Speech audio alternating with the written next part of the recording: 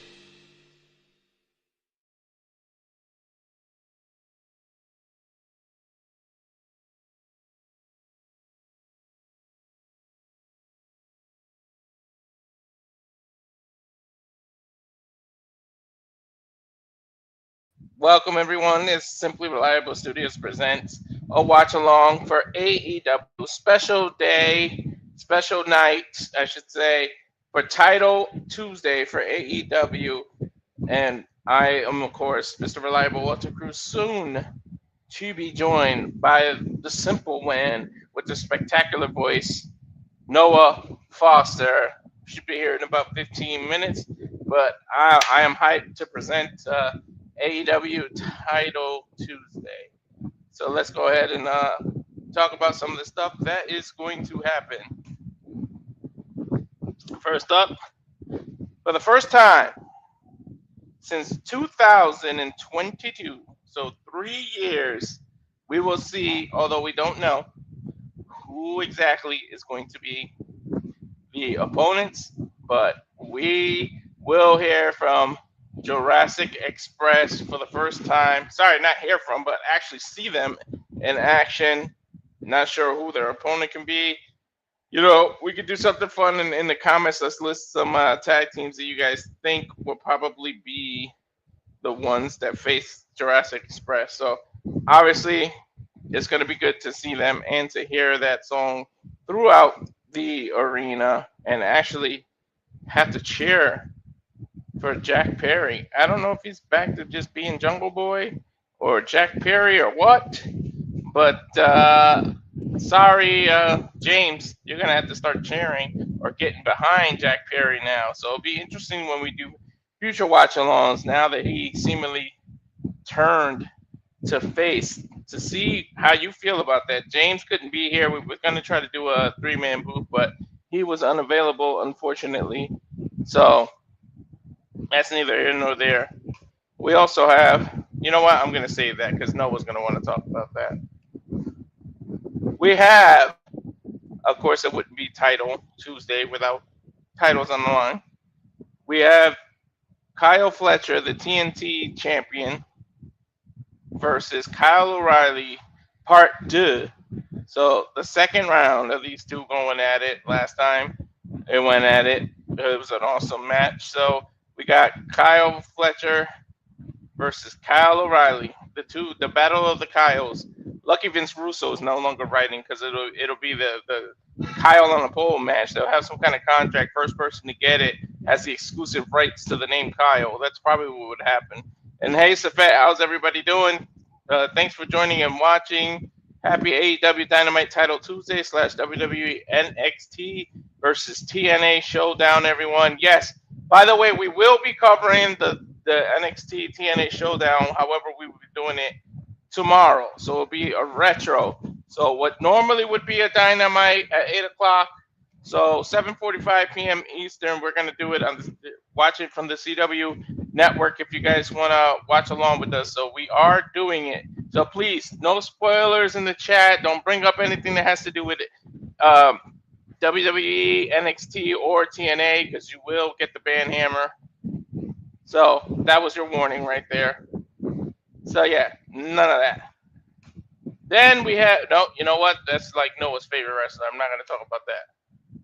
We heard people. We heard people. We have the Hurt Syndicate. That's right, all three of them.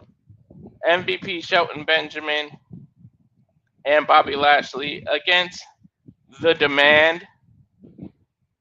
So I'm looking forward to this. I'm actually thinking that they might go the same route that they did before in the last tag match. The Demand might pull this off by pinning MVP. MVP, unfortunately, is the weakest link of the Hurt Syndicate. I'm not calling him weak at all because he obviously can kick ass legitimately.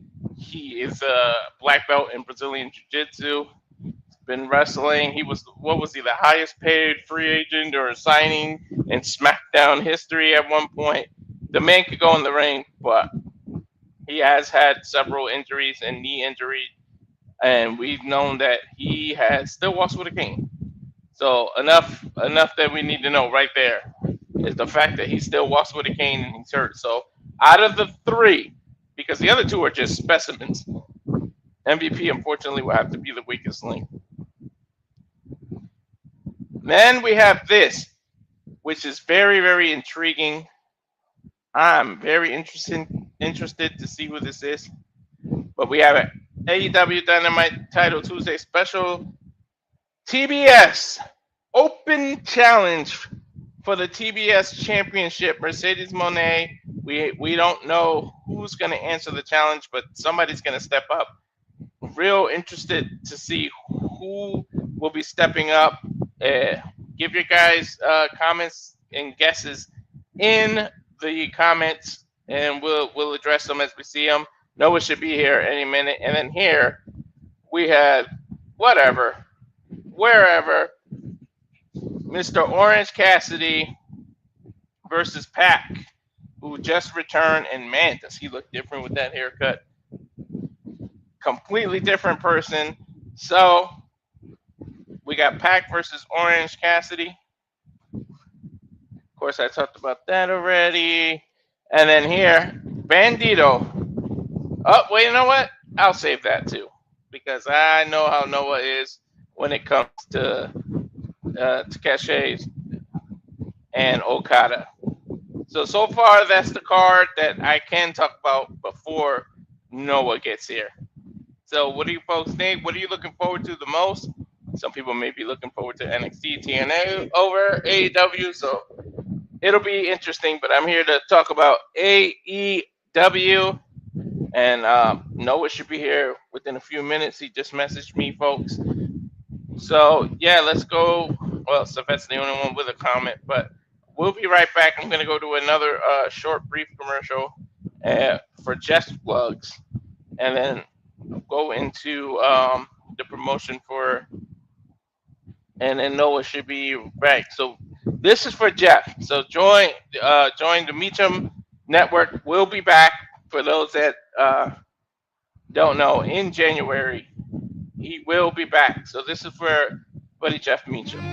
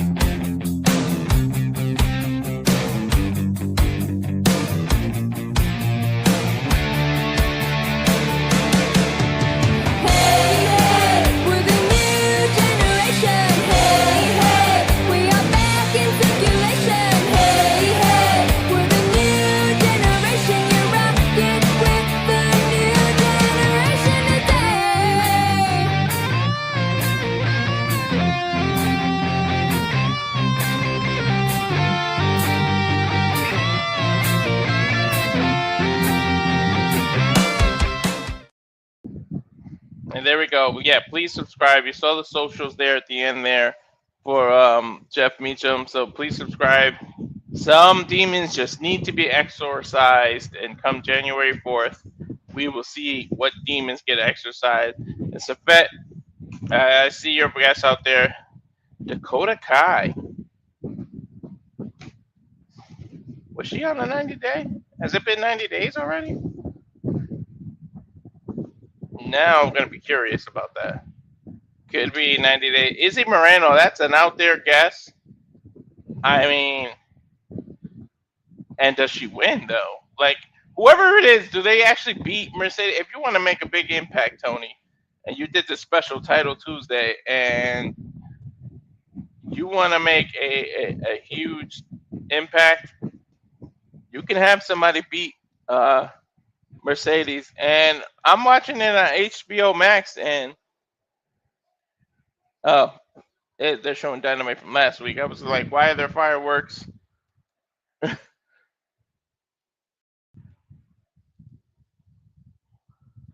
That was 2019. Sorry, folks, I got distracted a little. But yeah, Izzy Moreno's a little bit out there, but who knows? And Dakota Kai, now that you mention it, was she released or just not renewed? Because if she wasn't renewed, then she wouldn't have a 90-day. And I noticed Andrade, who just came back to AEW, was not in any of these posters. So will he have anything to do with the Don Callis family when this match happens, when Okesha and Okada happen?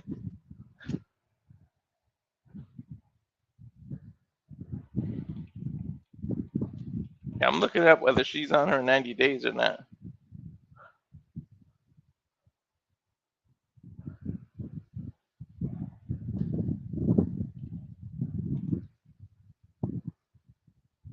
Let's see. She's no longer on the 90-day non-complete call, and she's officially a free agent. She was released on May 2nd. Oh, yeah, that's right. Damn, it's been that long. Sheesh. I didn't realize that. So, yeah, Safet, you might be onto something. It could be Dakota Kai coming over and jumping ship. But that's going to be interesting to see whether she wins or not.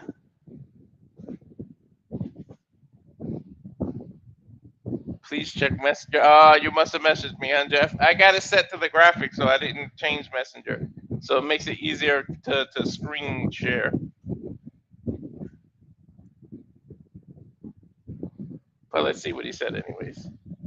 I'm at the arena earlier than I visited it. If you want to bring me into BS with you until the show starts, come on in, Jeff.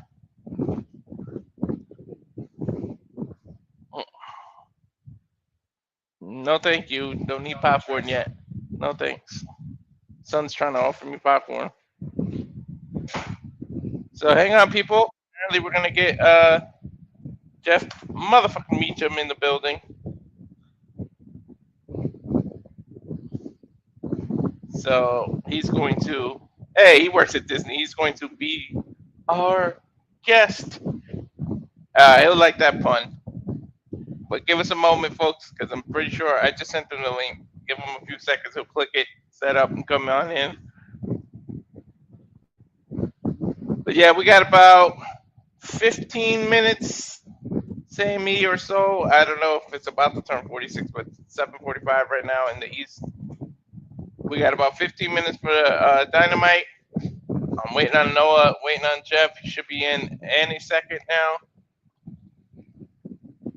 But yeah, besides Safet, what other guesses do we have? He says Dakota Kai or Izzy Moreno to answer her open challenge. And also, who do we think faces Jurassic Express? I almost said Jurassic Park. I had to stop myself. I'm trying to think what teams could they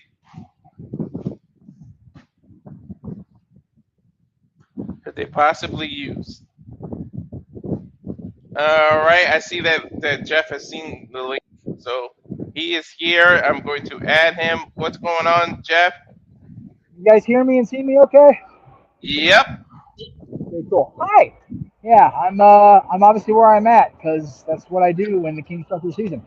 But I saw you, and I completely forgot you guys were covering AEW tonight and delay on NXT tomorrow because I'm still not watching AEW. And that's not a knock on them. That's just I haven't been watching.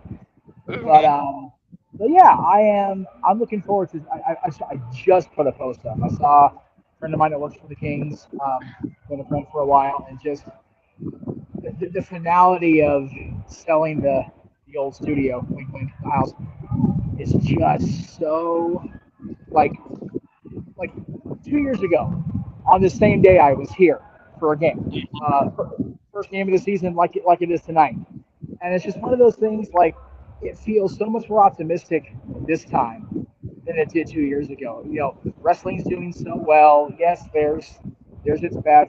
Everybody has their bad points. Everybody's got their good points, but wrestling feels better than it ever has from a fan perspective. The Kings have an optimistic view of the future. It's our captain's last season, playing professionally. And just today feels so much better than the last time I saw you guys, which would have been Saturday night. Mhm. Saturday night was awful because we were going into the last day at the house, and I knew I was going to be a miserable, sad little shit. And I was. I was miserable Sunday and yesterday. It was awful. But today feels so great. And I kind of chat with the player. The player kind of framed me. Yeah, like what's it been 23 years, 25 years you've been in that house? We've been there 25. I said 23 because that's how long I've been working with Aaron. It was 23 Uh, years ago. 23 years ago, actually, this month, end of the month, will be 23 years working with Aaron and ODQ, which was still the Mayhem.com back then. Um, and yes, happy NHL tonight's opening night for the regular season period. I know there was a game already today. There's one coming up or in progress now, and at 10:30 Eastern, the Kings take the ice. So it's so glad hockey's back, and it couldn't come at a better time. Because like I said, yesterday sucked. It was awful. I hated it. I hated yesterday so much. Turning the keys over and leaving that house for the last time, it was miserable. And I got hockey tonight. I'm going to Disneyland tomorrow and Thursday, not having to work, which is always good. Um, and yeah, man, there is so much good coming up in the next little while. And I'm sorry if that wind noise is me. It's kind of windy down here. I'm not gonna lie. But yeah, man, it's seeing that. Oh, by the way, thank you for running my trailer, and thank you to Sierra Levesque for the music. We didn't credit her in the description, so if we all get pinged on copyright for that, I'll feed the description. We can fix it later. But yeah, thank you to Sierra. That's an awesome song. I love that song, New Generation. Her whole album's out now across all platforms, Spotify, iTunes, whatever the hell, iTunes, Apple Music, whatever. But yeah, life is good, man. And I know AEW's got a big night ahead of them. I know that people are, oh, well, why they has on Tuesday? It's like, okay, well, why does anybody do anything? It's competition, man. Like, all right. Well, while you were talking there, the man of the hour popped in, so I'm gonna bring him in. What's going on, Noah? How you? Hey. yeah, As, man.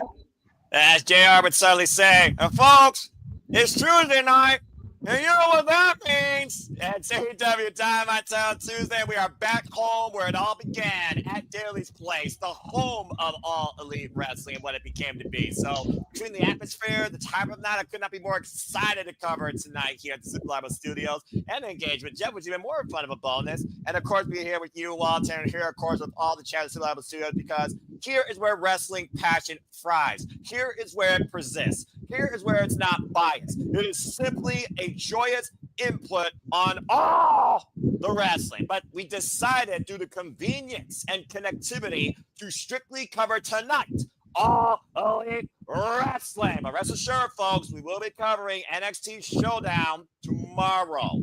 So please remain spoiler free or you will be banned without warning. It's as simple as that. Hi, Jeff. Because I told the band hammer down immediately, but I'll be inside.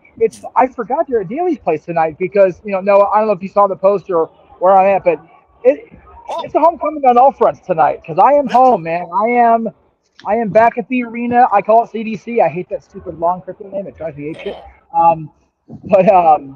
Yeah, I was telling Walter before you popped in. It's one of those. We finally turned the keys over on the old JMN Studios, the house, whatever you want to call it. Yesterday, 25 years in that place, 23 as part of their DQ and my own little career, however such as it is. Oh, by the way, the game on right now, Walter, I was talking about, it started at 5 o'clock local time, and I don't know what time it is right now. Okay, so they're not started yet. But, Get there. please watch us. But, over on ESPN, it's Pittsburgh, the Penguins, and the Rangers, which is always a fun game.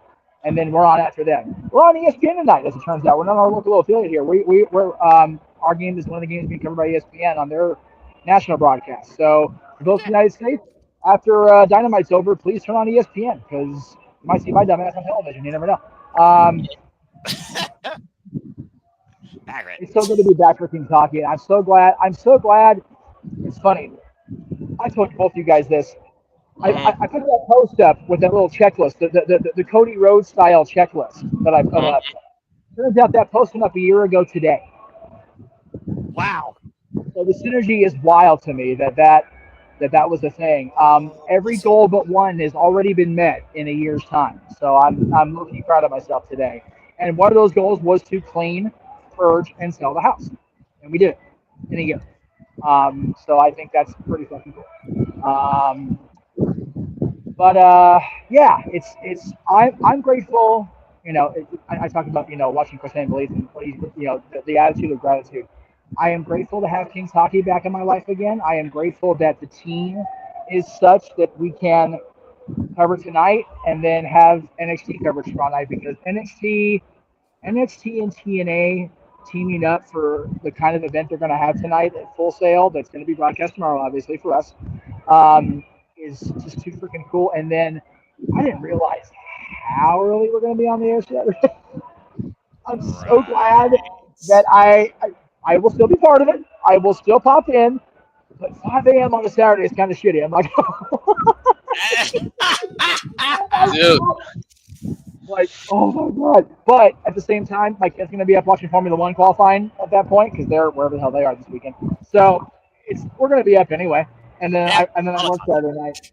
So what's awesome is I get to watch Crown Jewel, go to work, immediately go to my sister's and watch Bound for Glory from my sister's house Sunday night. So this week. I've been telling everybody, I've been put through the last 3 days to earn the next 2 weeks. Damn right. Yeah. Making me earn basically a vacation. Like I work Saturday, yes, I work next Saturday, the 18th. But other than that, man, this is a glorified vacation the next 2 weeks. You guys both work. You do your thing. So the vacation need is real. But coming home is just it's like a little staycation, just a few minutes down the transit side. So I'm gonna stop babbling because I know it's almost 5 o'clock and I got a drum set right in front of me. So I will see you guys later. Enjoy Dynamite, and we'll see you on tomorrow night for NXT. All right. Thank you very much. All right, Noah. Freaking me, chum. Walter, are you freaking ready to go? Before you came in, Tuesday. I purposely left a couple of things to talk about out because I knew you would freaking want to talk about them, and I didn't want to take that away from you. So I always do the rundown anyway, but let's go ahead and talk about some of this stuff, shall we? As we are merely 5 minutes away, and again, folks, you can watch along with us on your local provider via TBS or on HBO Max. I, of course, will use the HBO Max service. But yes, this is a very unique match tonight. Double Jeopardy Eliminator, where the tag team champions, Brodido, the Ring of Honor World Champion Bandido, and Violence Brody King take on Mecca, Kazuchika, Okada, and the Alpha, Konosuke Takeshita, just a few days away from challenging for the IWGP Heavyweight Championship against Zack Sabre Jr. at King of Pro Wrestling via Goku Sumo Hall. But here's the kicker. One half is truly tag team champions. The other half, only one is a champion. But here's the real catch to why it's Double Jeopardy. If the Don Callis family, represented by the Alpha and the Rainmaker, win, they get a future AEW World Tag Team Championship opportunity. However, if Brody King or Bandido ends one half of the other side of the team, the winner who gets the fall in that match will challenge Okada for the Unified Championship. Yeah, that's. Here's the thing. I was asking the audience, Noah, do you think Andrade has something to do with it? He just joined the Don Callis family. He's not advertised for the show at all. Could he possibly interfere and cost Bandido the win here? Well, it's entirely possible considering how much the Don Callis family wants to see all the goal, and they tried with Hechicero, one of our match of the year candidates. You and I got to call, and he was unable to do it. And we got to figure out who's going to challenge Bandido for the Royal Rumble Championship at Final Battle. And it looks like right now I'm not going, so I'll be more than happy to cover it here. I'm a little bit sad about that, but it is what it is. Priorities over passions. But nonetheless, yeah, I wouldn't rule it out. And again, how does Andrade El Idolo fit into the Don Callis family now after taking out Kenny Omega? You know Kenny Omega, who just was with Brodido last week on Homecoming, is going to come back for revenge. And Lord knows, I've already seen Omega and Andrade for the Triple Omega Championship in Arena Mexico. So, CMLL. So I'm all for that being back. But yeah, I would not rule him being out, but I also look at the tensions. You constantly keep asking for it. How much is there tensity between the Rainmaker and the Alpha, where it's about proving who truly is the best in pro wrestling? What Okada once thought was temporary might be more permanent. And I think we're going to get more of a case of that tonight. Either way, we got so much teasing right now with so much gold in the fray. All these possibilities are very possible. So I would not rule Andrade out. I would not rule Omega. Hell, I wouldn't rule anybody from the Don Callis family out if you figure about the numbers. I wouldn't rule both of them coming out. But, okay, Don Callis can be represented by any two members if they get the title shot, right? It doesn't necessarily mean it'll be these two getting the title shot. He can mix it to any of his choosing, right? Because they didn't exclusively mention that. That is correct. I believe you are correct in that. Yes, I believe you are correct. So they can pretty much freebird that, and Andrade could become a tag team champion, a few weeks into his return. Well, would Andrade want to be a tag team champion, though? Again, what is the agenda is what I want to know when it comes to the Don Callis family, besides seizing all the gold, damn it, all the gold. And again, if Okada, who has been the AEW Unified Champion now since All In, but the Continental Champion now for over 560 days. When was the last time we saw Okada pinned in AEW besides Bryan Danielson with a roll-up? Let's be honest here. So I think there's pressure on the Alpha, also trying to get the win for his side, but also sending a message to Okada. There's pressure on all four men here, but I would not rule either side out.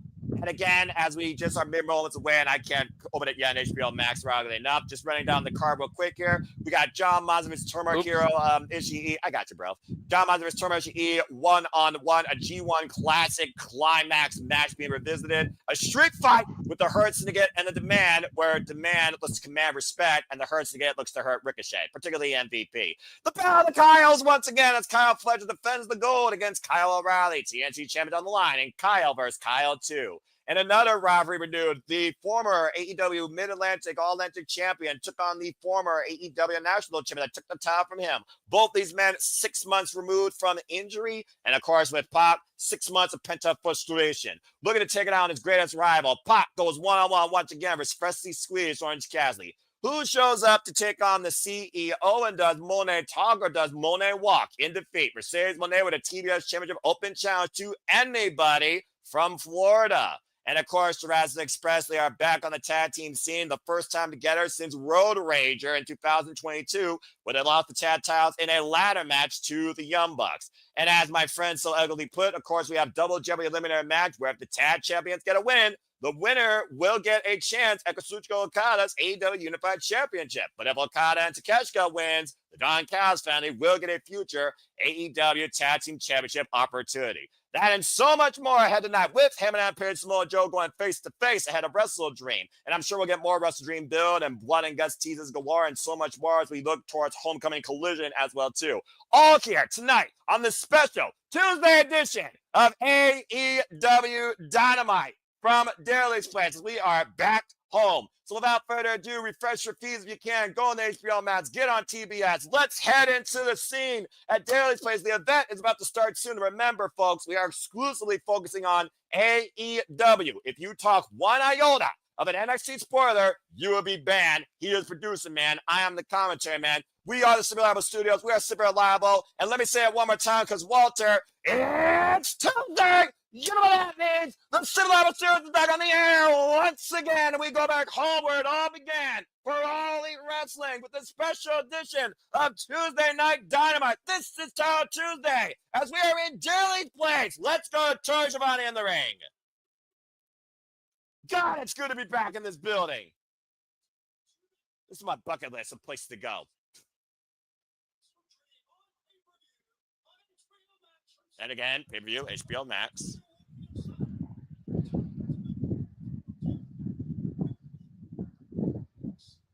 The campaign's off with fierce confrontation, face-to-face, Walter.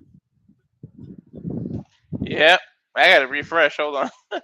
Cowboy Shiznak about to enter Daly's place. How many times has the Cowboy exited onto this stage? Let's not forget the very first match when the audience came back from the pandemic. It was Hangman Page versus Brian Cage at Double or Nothing 2022. And of course, Hangman Page, the AEW Men's World Champion for the second time, coming off an incredible defense against the protostar Kyle Fletcher. And of course, he will be going one-on-one with a man he has never beaten in Samoa Joe. Samoa Joe, Hangman Page, one-on-one, first time ever for the AEW Men's World Championship. I mean, a former AEW champion. And speaking of which, it's going to be a hell of a battle, I'll tell you that much. The uniqueness that they're away, because who beat Samoa Joe to become champion? And then who was Swerve Strickland, to your point, at Dynasty, who is out indefinitely. And who was Hangman's one of the biggest rivals. Samoa Joe, look at him, Don, and good to see Katsura Shibata back here. As you see, the Ops still our current AEW Trios champions, Powerhouse Hobbs, Katsura Shibata, and Samoa Joe, as Samoa Joe looks to remind the world and himself exactly who he is. When this man Samoa Joe comes out and he's about to take to the mic, you listen, Walter. You and I both know that for a fact. Mm-hmm. He doesn't have to be loud. He doesn't have to be vicious. He's just truthful. Sometimes they say the loudest person in the room is the weakest. I dare you to say weak and Samoa Joe in the same sense. Right. It was almost like a Jake the Snake promo because he used to be quiet, but you had to listen. Oh, boy. It looks like we're going to hear from the champ first. Let me put this one up. This one's brighter. Floor is yours, Jack. Champ, not Jeff. Jeffrey. 6 years. They do it down all across the country. Yeah, long time here in this place. Hell, you freaking lived to survive during the pandemic in this place.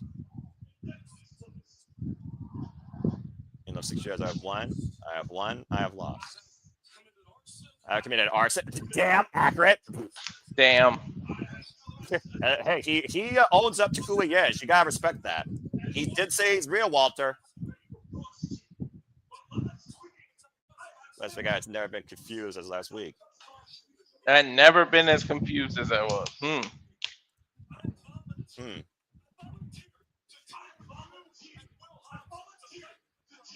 Volunteer.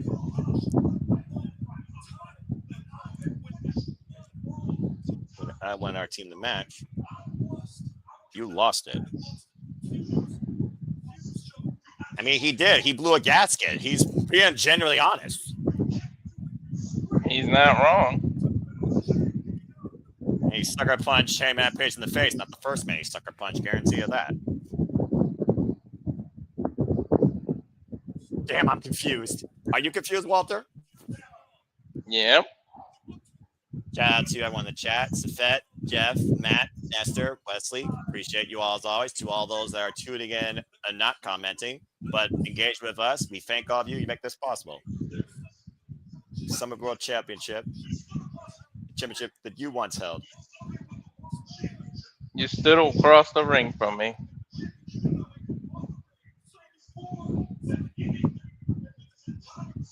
Something instant that you wanted it. I love that graphic. He said the title means more to me than anything in this entire sport. Well, again, it's the most precious thing.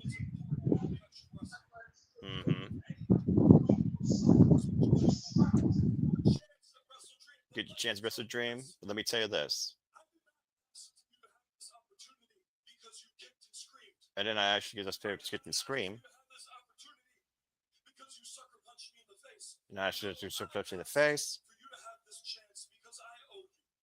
You owe him? What do you owe him? At All In.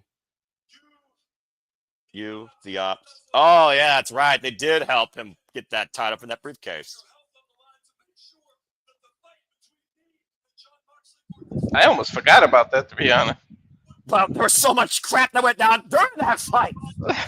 Texas Deathmatch, excuse me. But he's right. The Ops did play a hand. I appreciate it. I respect it.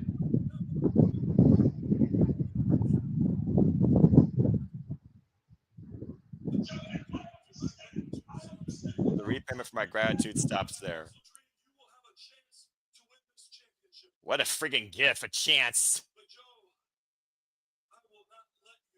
I will not let you take this from me. Whoa. A very humble, but a very dedicated Hangman Page to the AEW World Championship. Now it's time for Joe to respond. This should be good. We know how much of a wordsmith Samoa Joe is, folks. Get ready. Ladies and gentlemen, everything this man said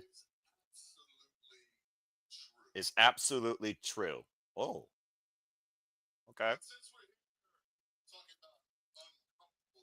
So if we're here talking about truths, let me share a few of my own. I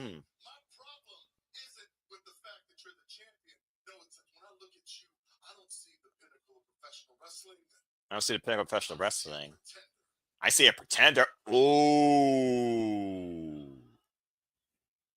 Okay.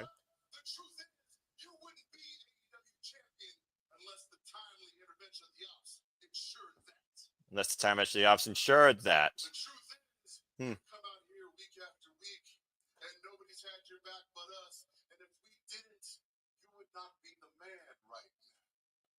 Damn. Saying the ops pretty much the only reason that he is the man he is right now.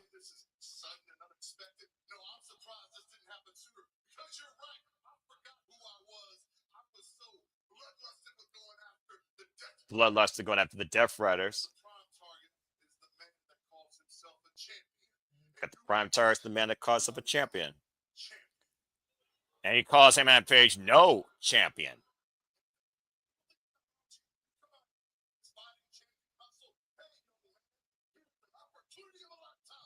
Yeah. Next 10 minutes, get ready for it.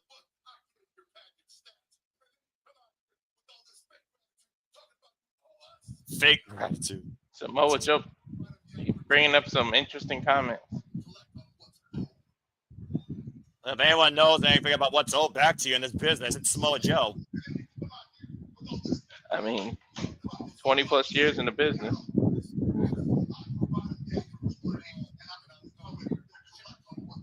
Standing in front of him is a fraud.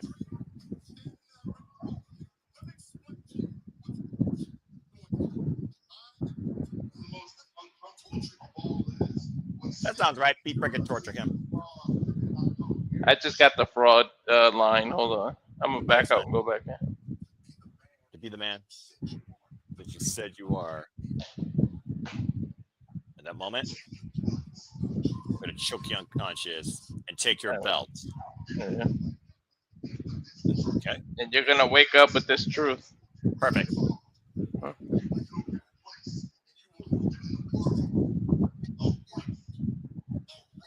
What's funny was Moxley beat Hangman, right? And then Joe beat Moxley. These guys are intertwined with more ways than they realize. Yeah. And Samoa Joe basically showing himself as the blessing AEW needs, a real champion.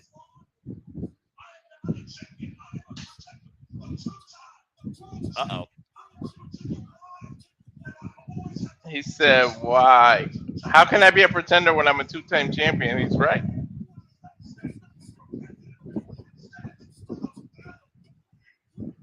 This is accurate. And what matters when the bell rings? Not opinions don't matter. It's what happens when the bell rings. He's absolutely right.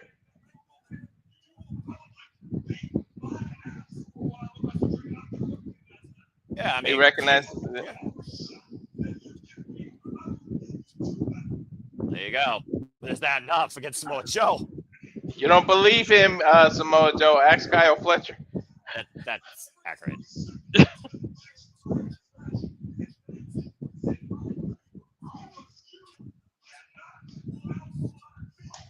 Damn!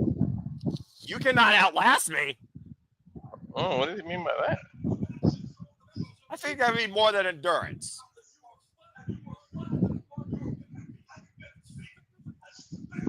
Be as fairly as possible.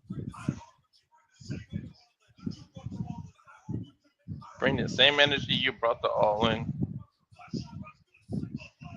The love for the sanctity of this sport. Preach!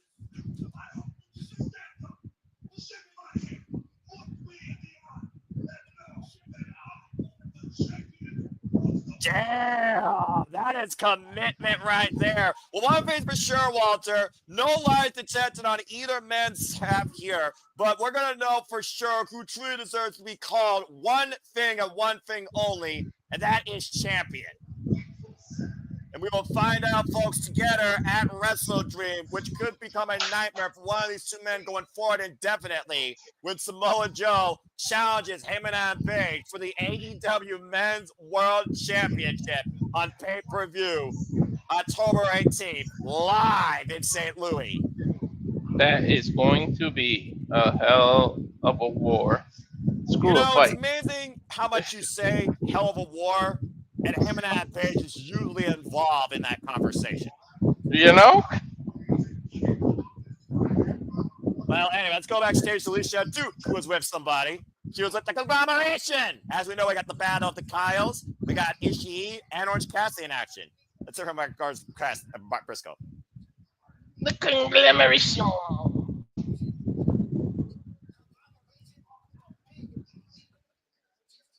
I love when he talks. Yeah. Just listen to him, man.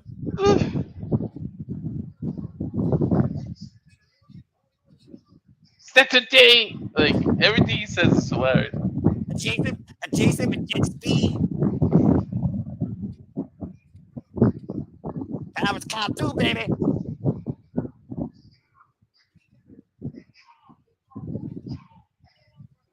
Kyle be down man hungry. That would not go unpunished. Okay, this is gonna be a tongue twister now. Kyle this and Kyle that. So here's what you do, folks. Every time we say Kyle, take a drink. Kyle!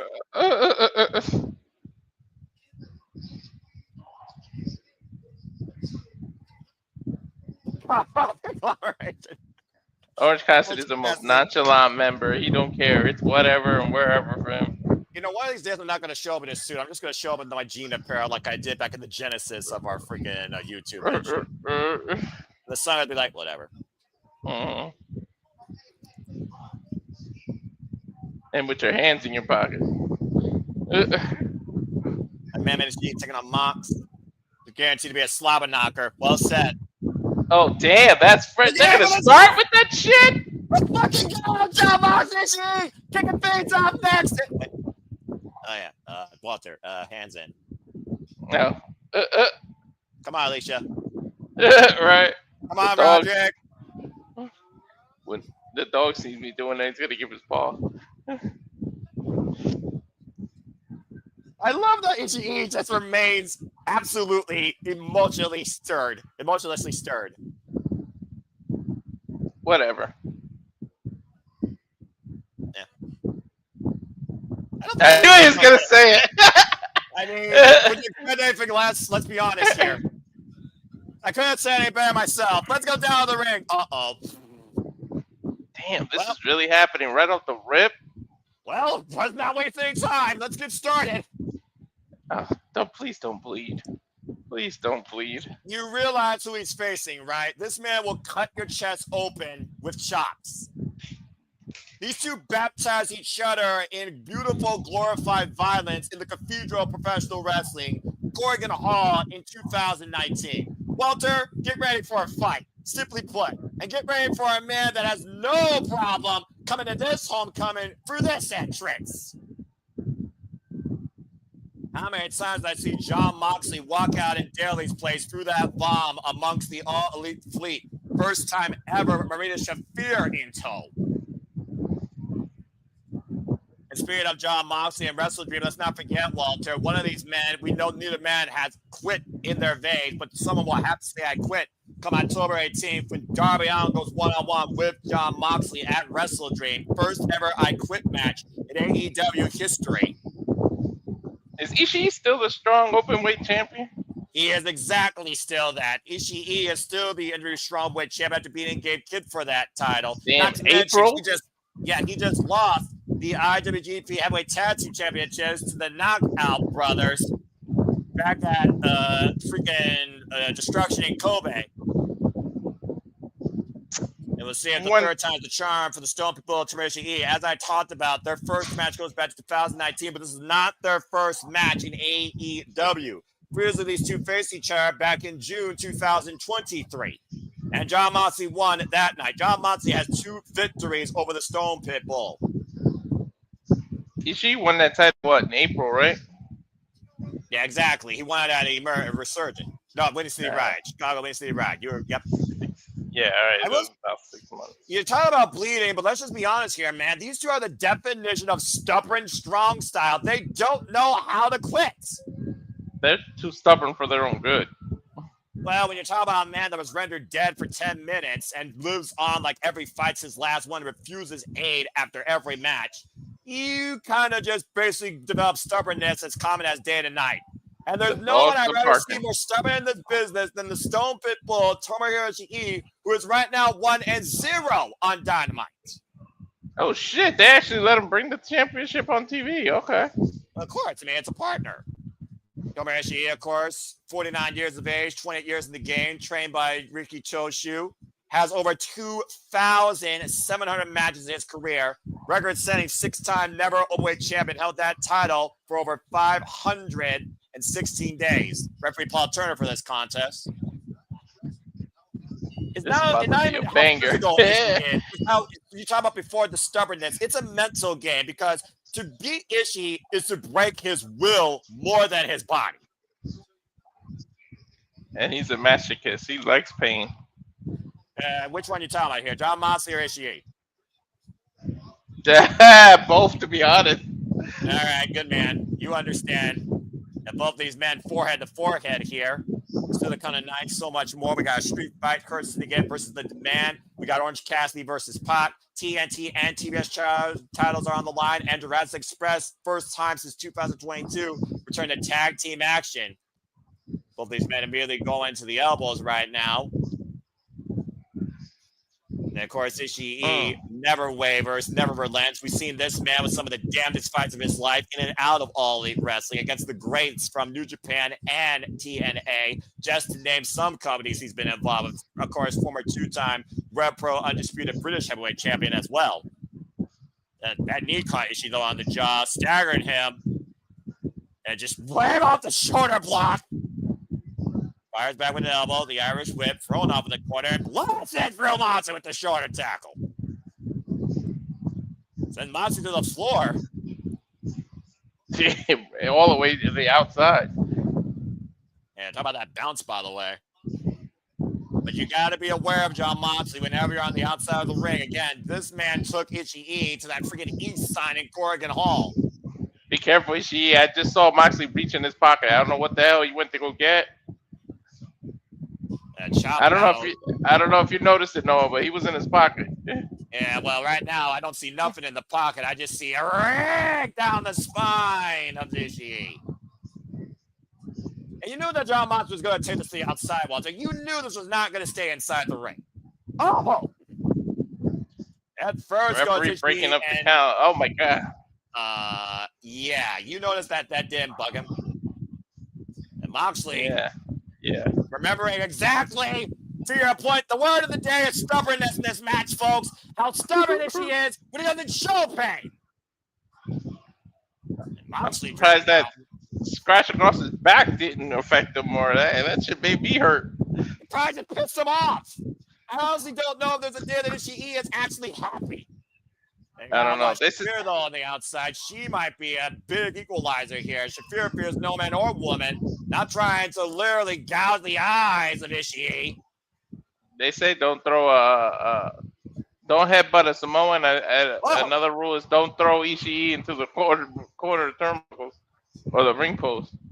That drop kick just sent Ishii into the barricade. Our opening contest is going to be one hell of a dogfight. Continues here at AEW Dynamite Homecoming on Title Tuesday. Stay tuned. We keep you up to date with the action and the thoughts here during full commercial break or Quest for a Quiet Picture in Picture. Fuck television. I bet you it's picture in picture if we were on, we were watching on Sling.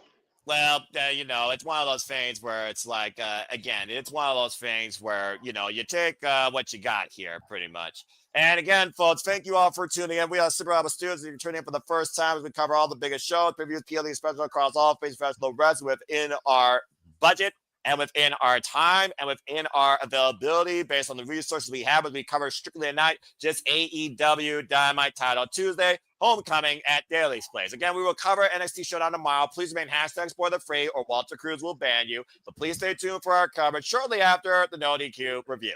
Again, right here at Super Alpha Studios, so much more to come, including not limited to City Predicting double feature for TNA Bound for Glory and WWE Crown Jewel. This Thursday, 10:30 p.m. Eastern Standard Time live across all of our channels here, as well as coverage of both WWE Crown Jewel through some sort of way, and TNA Bound for Glory this coming Saturday and Sunday, respectfully. So please stay tuned for us for this entire week of shenanigans, wrestling coverage, excitement, and galore, and so much more right here at the Simply Reliable Studios. As far as Collision Homecoming, I don't know. I figured about it, but it depends. It honestly depends. Why? It's in Ohio? No. Someone asked if we're going to cover that because I think we're asking them both. And I know Collision Homecoming, we got Megan Bain with FTR taking on Willow Nightingale and Jet Speed. We got Josh Alexander versus Kota Ibushi. We got Timeless, Tony Storm, Harley Cameron, and Chris Statler taking on the Triangle of Madness in trios action so far. And we also had the Beast Mortos versus Eddie Kingston. Not a bad card so far, honestly, for a Saturday night. Mr. Mone? Damn it, Walter. You had to go there. You had to bring that thought up, didn't you? I mean, you're not wrong. But like I said, this is their third one-on-one encounter. Last time they faced each other was June 2023. Here's the crazy thing. They have not shared a ring with each other. Get this far in your head. John Moxley and Ishii have not shared a ring with each other since 2024 in multi-person action before this Death Rider campaign started.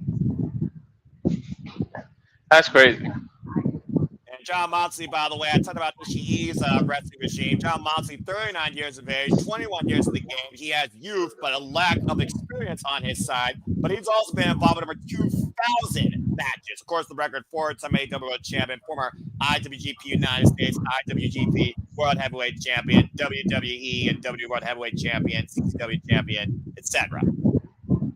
There's a 10-year age gap between them? That's correct. Sheesh. You didn't figure out that, did you? Mm-mm. And keep in mind, folks, one of these men is a father to a little girl.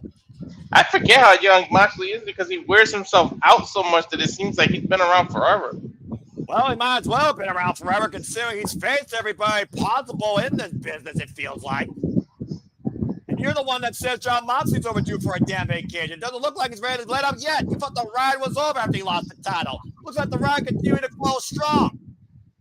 Ray Shafir, of course, echoing John Moxley's mission statement, have been the ride or die partner of John Moxley since this Death Rider escapade.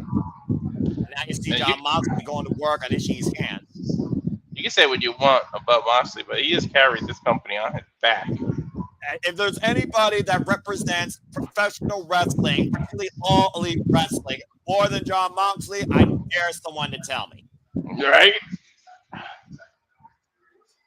And, of course, next Wednesday night, we'll be back to normal on Dynamite. Of course, next Wednesday, that will be the Go Home, Walter, to Wrestle Dream. Of course, we'll be covering that 1 week from Saturday. That'll be in St. Louis, Missouri, exclusively on HBO Max here for us in the States. And, John Moxley, again, trying to break the jaw of Ishii, refused to let go of his grip. Oh, man!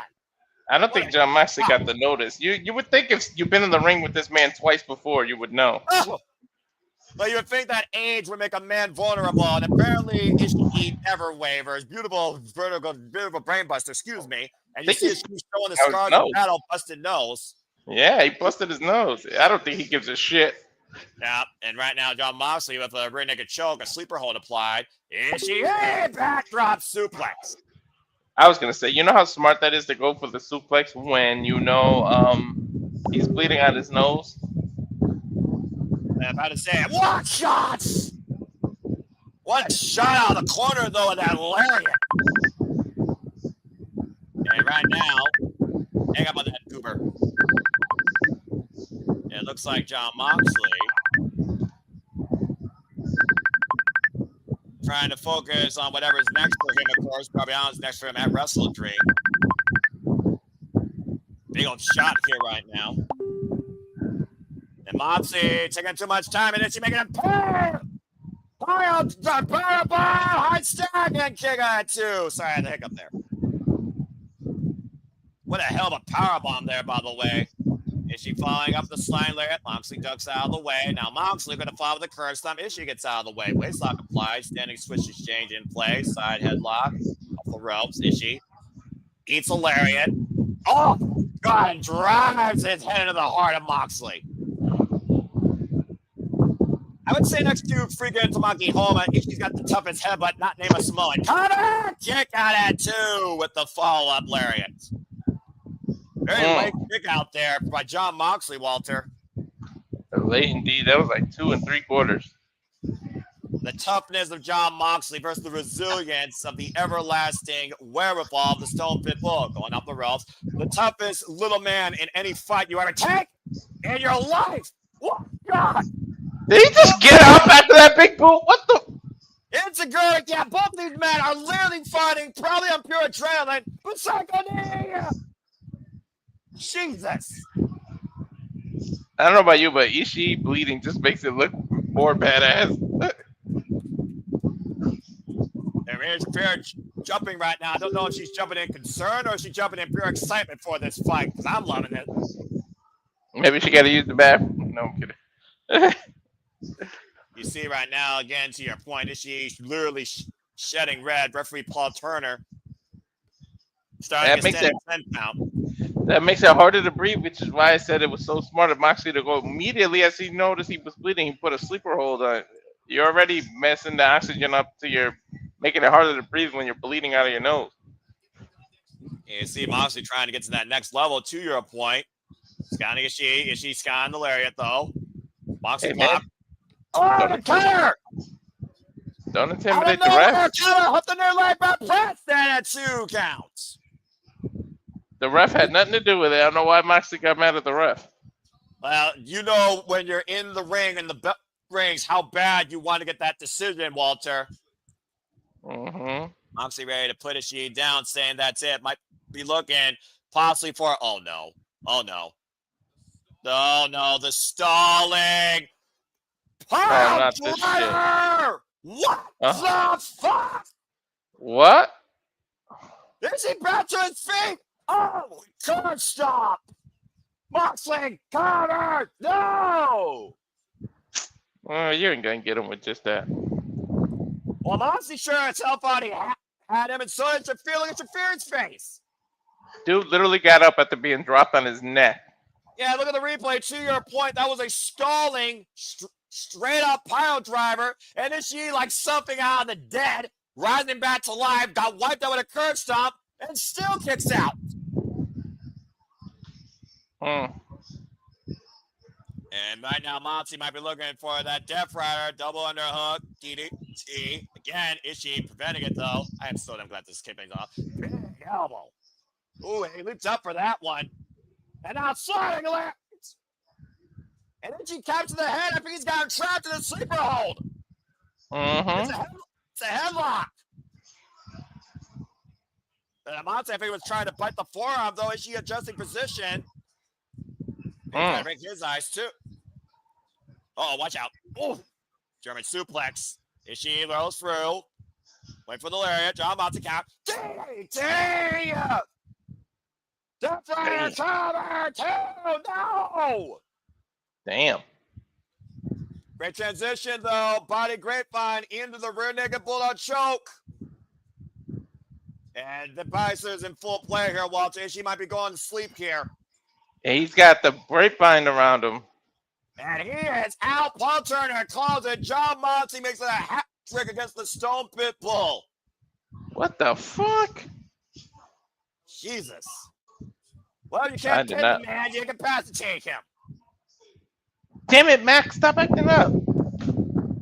John Every Moxley. time I'm even with you, it like does something, and then I get like 2 seconds behind. That was just perfect. Again, it's internet, streaming services, it's television. But either way, you're not just call one hell of a dogfight here. Again, Ishii didn't quit. What the fuck is it going to take, Walter, for Darby Allin or John Moxley to make the other say, I quit? I don't think that's in either one of their vocabularies, to be honest. Well, you expect your fear to quit for Moxley then? Because you know, sure, no one's going to quit for freaking Darby Allin. You saw John Moxley, though, the subtle bow of respect. He respects the fight the Stone Bull brings. We go backstage to the Ribbon Day Paquette. The ref might have to save themselves from themselves, both of them. As you know, they spent all their money last week. I know a little something about that at the casino.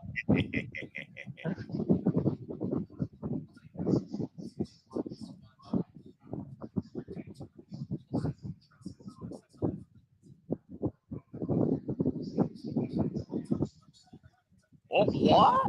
He actually bought tickets to be at least a spectator by selling a couple of their sneakers? Wow, talk about desperation. I don't think Tony Khan's going to answer the door for them. Just What saying. was that? What was that up next in the corner right there? What's that? It said freaking Street Fight's up next. Okay. First off, that was a fucking awesome dogfight I expected. Again, when you wrestle, fuck that. When you fight the Stone Pit Bull, you're going to get your ass kicked.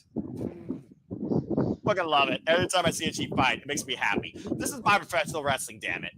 Hello, New York State of Mind. Hope everyone's enjoying everyone here. And again, hope everyone's enjoying everything here. Good to see him as always in the chat. Him pulling double duty. Again, I used to be a crazy mad person that used to do that. But since now I cover everything with my friends here on different days, I don't have to. Otherwise, I probably would be watching both at the same time as you through some sort of way. Although I don't risk Trojans on the internet. So good on you if you have access to both. And thank you for tuning into our coverage reactions as well. As again, days like this are not about drawing a line. It is simply put, enjoy live, enjoy wrestling. As simple as that.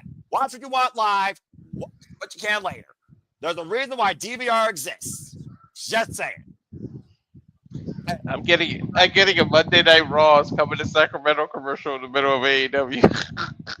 I mean, hey, we see the AEW commercial. Here's the thing. Networks don't give a damn about product loyalty. They give a damn about money. They'll advertise anything. It's marketing because of where I'm at. I live so close to Sacramento, yeah. The marketing, damn it, the marketing. But anyway, again, we got so much more still to come here tonight. Coming up next is, of course, the Street Fight. We didn't really talk much about that. So, Walter, we were talking about MVP earlier. MVP even said he can't wrestle anymore, but he damn sure can still fight. And we're on MVP's turf. We're in Florida. Now, I don't know how close we are to the 305 because we're in Jacksonville. Of course, he balls in Miami, you know, the home Miami Heat. LeBron James once played for them there. There's a sports reference for you, folks. But what do you think about this street fight scenario here between the Hurt Syndicate and the Demand? Do you think the result's going to be different because it's not a wrestling match here?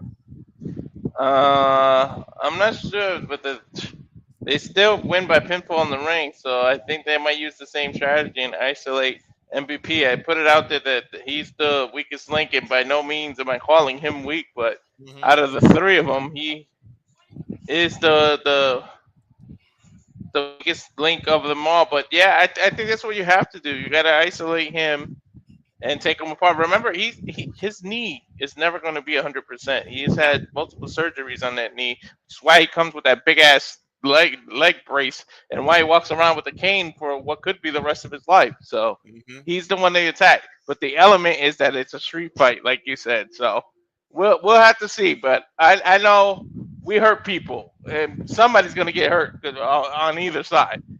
We hurt people. We hurt people. We hurt people. I love that theme, man. Shout out to AEW fan, by the way, my brother Kanji King. Of course, we'll be doing HC review here pretty soon. And stay tuned, folks. The next simple session will be a reliable one, as me and Walter Cruz will be having a conversation here very soon. That'll be uploaded on my channel. Wait. As we got a video package here now for, of course, my most anticipated women's championship match this month. Timeless Toni Storm versus Chris Statlander. Stat Daddy, Chris Statlander. We got to know who the better woman is. And for the first time ever, these two will collide one-on-one. The galaxy's greatest, the Cosmic Killer, versus someone once illustrious, the only four-time AEW Women's World Champion. Once an outcast, forever timeless. But her time ran out as Chris Statlander pinned her. But she did hold that title for 640 days, as Renee Paquette gives us the stats. And she also has the most wins in the AEW Women's Division for 2025. But Chris Statlander said it herself. And Toni Storm said herself, you are the one woman that deserves it the most. And if I were to lose to someone, I'm glad it was you. And she's also the first to hold both the TBS and the AEW Women's World Championships. She may not have been at day one, but she has 110 women division wins. And she's been 600 days on freaking surgery and still came back to become a champion. But they've never faced each other one-on-one. For me to truly see that stat is where it's at now and forever, I need this one-on-one to prove who the better wrestler and the more deserving champion is with these incredible brawling bitches. October 18th in Wrestle Dream, may the best woman win. Chris Statlander, Timeless Toni Storm, one-on-one, AEW Women's World Championship. I cannot fucking wait for this, Walter. She's winning. Statlander's definitely winning. And I think Tony goes down to that new tag team division. Well, speaking of Toni Storm and Chris Statlander last Saturday, the two wanted no belts they brought, but here came the Triangle of Madness, laying out the champion and the challenger. As Fekla said, she will stop at nothing until this division is toxic, because Timeless Toni Storm and Chris Statlander have not yet pinned her or beat her. Well, let madness ensue, because this coming Saturday on AEW Collision Homecoming, it will be Chris Statlander, Harley Cameron, and Timeless Toni Storm taking on the Triangle of Madness in trios action. And let's not forget, the Triangle of Madness have already accepted Jamie Hayter's condition for blood and guts. Amen. Every long movie has to come to an end, even Titanic, even your favorite of the Avengers. Every movie has an ending. So unfortunately, her reign came to an end. Well, let's see what happens here as we get ready for the street fight with the Demand, who beat the Hurt Syndicate and handed the Hurt Syndicate their first trios defeat at AEW All Out. As a trio, they are 2-1, though, Walter. Mm-hmm. And Gates of Agony, of course, who aligned with Ricochet, where they say now when you command respect, the demand is always there for it. And they are not dressed here for a wrestling match. Again, folks, this is a street fight. To hell with the suits. To hell with the way you recognize them. They coming to fight. Yeah, they are not waiting for the Hurt Syndicate to arrive here for business to pick up. They are literally just laying out the ring with the plunder. And, oh, boy. That a dog chain? Yeah, trash can, dog chain, steel chair. You know, you just said how they're not dressed to fight. Look at the Hurt Syndicate still dressed to the nines. Mm-hmm. Only the Hurt Syndicate, the best dressed complete fashion professional wrestler, can show up in a suit for a street fight. They're probably pull-away suits. They're probably going to pull them right off. I mean, again. You know what that says? That they don't take them serious at all. That's what that said. But at the end of the day, is this business or is this personal? I think it's a little bit of both. I mean, you said yourself, MVP was pinned by Ricochet. Ricochet with a kendo stick in hand, MVP with a kendo stick. Totally Liona, Bobby Lashley about to pick things up. Oh, boy. Here we go. Is there even a bell? Is there even a bell? Yes, a bell did ring, I assure you, while freaking Ricochet is freaking fighting with a not lightsaber against MVP, and Bishop Kaun is fighting with Shelton Benjamin while you got the meat division. What? God! With Bobby Lashley and Liona. You shared earlier, Walter, freaking Bobby Lashley, darn it, in the MMA. That was a vicious Samoan drive with those steel chairs, though. And Bobby Lashley might need to go those MMA routes if he's going to outlast Liona here. We still know who's better than these two men. I mean, we got just a taste of tease last time they fought. Yeah, and then it got thrown in disarray. Mm-hmm. Yeah, good luck to, I think it's Rick Knox, I think is the referee for this contest. Shelton Benjamin right now just literally teeing off against Bishop Kaun. Bobby Lashley driving Liona into the barricade, and MVP slowly making his way into the ring. It looks like they may have isolated Ricochet. The shirt's coming off. Oh, boy. Is it still incredible to say how jacked and how proficient Bobby Lashley and Shelton Benjamin are at their age? At like 46 and 48 or something like that. And, of course, Shelton Benjamin, former WWE Intercontinental Champion, and, of course, a former multiple-time Raw Tag Team Champion, former AEW Tag Team Champion. As, of course, AEW Dynamite is alive and well on the X. You can be part of the conversation using the hashtag AEW Dynamite as people are talking about things here. MVP goozling Ricochet. Oh, no, low blow! I would not think Ricochet would be a punter for the Jacksonville Jaguars, by the way. And right now, you see Bishop Kaun and Liona here just healing off against MVP. Bobby Lashley now coming to MVP's aid. You talked about earlier the weak link here. You talked about the weak link for the hurts of MVP. What's the weak link for the demand, Walter? That's a good question. Who do you freaking exploit there? I don't think there is a weak link. I mean, even Ricochet does his thing, but I mean, I guess Ricochet would be, I guess, out of all of them, but not even. I mean, the man can go. He's just fills up his tank on diesel and goes. Like, seriously. Yeah, outside the ring, though, we see Bobby Lashley with Liona and a table precariously perched up against the barricade awning for the ringside elevated. And Ricochet trying to hide underneath that table. Mm-hmm. The MVP saw that. If there's one thing that's fragile on Ricochet, it's his ego. We know that for a fact. Anything else, though, the jury is out. Mm-hmm. About to say, the last thing you want to give the hearse to get, though, is a weapon. Oh! What is that he's using? Crutches? That's a crutch, and I have no idea where they got that from. I think a fan probably gave that. A little fan participation here, as only AEW does. Now, Benjamin with Bishop Kaun, a scoop slam onto the chair. I mean, how do you call a fight besides the physicality? Like, seriously. There's so much shit going on MVP with a suplex in the stage area. And we know how tough that stage is. How many times have we seen bodies crash on that stage, Walter? I'm just saying. And we see right now that kendo stick that Liona broke over his head trying to choke out Bobby Lashley. MVP coming to the aid of his Hurt Syndicate brethren. And these three men go so far back, even before the Hurt business in WWE, before they can botch that.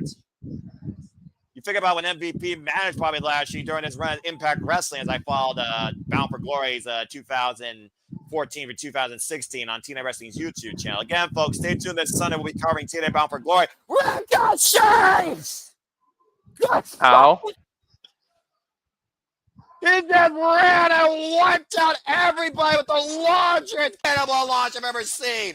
Who the hell bounces back in the street fight? Stay tuned as action continues to unfold here at AEW Dynamite Homecoming. Fuck television. What the hell? I'm so sick of these Prop 50 commercials. Ugh. Oh my gosh. That was so darn freaking crazy. I was just talking and then just see Ricochet coming in like a freaking bat out of hell, launching himself. Good God. Mm-hmm. And speaking of launching, we know that your move was launched to the stratosphere. As we know, this Sunday at Bound for Glory, we're covering Javon Evans challenging for the X Division Championship against Leon Slater, as well as Indy Hartwell challenging for the TNA Knockouts World Championship against NXT's Kalani Jordan. We also know we got one last table, the Hardys versus Team 3D and Hardcore War with the Order 4 and the System. So much more to come, including the Call Your Shot Gauntlet this Sunday at TNA Bound for Glory. I cannot wait. We're bound for greatness. I tell you that. That This pay-per-view week is going to be is awesome. bound for greatness for any professional wrestling fan. Damn it. And that is 110% accurate. And again, as you see up at the ticker at the top, we got a moment to breathe. I want to give a shout out to everyone here at the Samoa Studios. If you don't know us by now, come to know us. Rock and roll with Rock and Roll. Something else, follow him. There you see the hashtags, of course, and you see the taglines up there. Again, shout out to the Wrestling Corrective, great friends here at Samoa Studios, James Hebert, that he, of course, works with. You saw, of course, Rangers of Wrestling, Dattila when it's wrestling time, always keeping us informed for all the news. So follow our Pink Ranger when it's wrestling time, Dattila at Rangers of Wrestling, my NOLA partner and fellow TNA faithful. He does really cool dumpings on the internet, and sometimes he makes inadvertent calls where he shouldn't, botcher. But follow James Hebert and look at his uncle's documentary when you can, J. Hebert Side 95 on YouTube and on the X. And again, Your mother botcher. Yeah, right. Not the first, the last. That freaking idiot. And again, you can follow us across anytime. We have an update at SR Studios 2024, including our first ever Celebrity Studios Awards that you can now vote for some of those categories on the X as well. And you saw Jeff Meacham earlier as he enjoys opening day for the Kings. And stay tuned for the relaunch of the Jeff Meacham Network next year in 2026. And again, don't be a dickhead. Subscribe to our Canadian friend, Ash, at Bag for Wrestling. The best friend you could have for New Japan, AEW, WWE, and an open mind with all things wrestling. Appreciate her always. So follow our Canadian friend, Ash, again, when it's time to go batty for wrestling. We might be doing a KOPW review next week, folks. Stay tuned. And again, if you want to engage with me, I'm barely social, but I love to cover all the wrestling here with my friends. I love to encourage you to follow them and not me. But if you want to learn more about me, go ahead and try. Find me if you choose, or join the league. The Predicting and Foster 916 on the X and on YouTube. And again, shout out to the Ragga Wrestling JJ Williams. Follow him, Cassidy 18 Studios here on the X and on YouTube. That's Cassidy Studios. And of course, ROW JJ Williams. And certainly, most importantly, follow this gentleman. Follow him. Subscribe today at the Rage of Wrestling for all the rage that you can handle across all things wrestling. Oh! And we are back here at AEW Dynamite for the Street Fights. Bobby Lashley swung for the fences and missed. That was Shelton Benjamin with the steel chair in play. And you can use the QR code, by the way, to easily find Walter Cruz Rage Wrestling channel as well. And again, Street Fight right now, as the ring has been just adorned in plunder. MVP taken down with a drop kick by Bishop Kaun, former graduate of the Ring of Honor Dojo. And Lashley caught with a drop kick, taken down on the floor. Bishop Kaun right now taking full advantage here of the Street Fight, Walter. Look what we came back to. And Darren G, good to see you. Charles Schultz, good to see you. We're having an incredible time coming All Elite Wrestling title Tuesday here live tonight. AEW Dynamite back home at Daly's place. AEW Homecoming.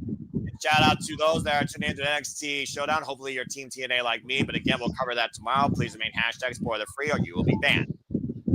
What's going on, Charles? And stay tuned. I'm sure Charles will be back Simply Predicting this Thursday when we cover TNA Bomber Glory and W Crown Jewel. Simply Predicting 10:30 p.m. Standard Time live. Me and my friends, Pilot Dominguez, Dish, JJ, Walter, Charles, and who knows who else. Episode 150 of Simply Predicting that you've all made possible for your continued predicting in wrestling. Oh, man! And Lashley taking down Ricochet and Bishop Kaun with a double lariat. And here comes the big man, Liona. Liona, again, has been absolutely dominant against Bobby Lashley to a degree, almost outmatching him for strength at times. Dude, he's just as big as him, and mind you, he's like half his age. Well, not half, but... Into the midsection. But still, though, Youth is on Liona's side, to your point, but Bobby Lashley trying to run in, but oh, hello, good God! Was that a strike? That was an interception of nothing else. Share the fans of Bobby Lashley stopping the spear down its tracks to Liona.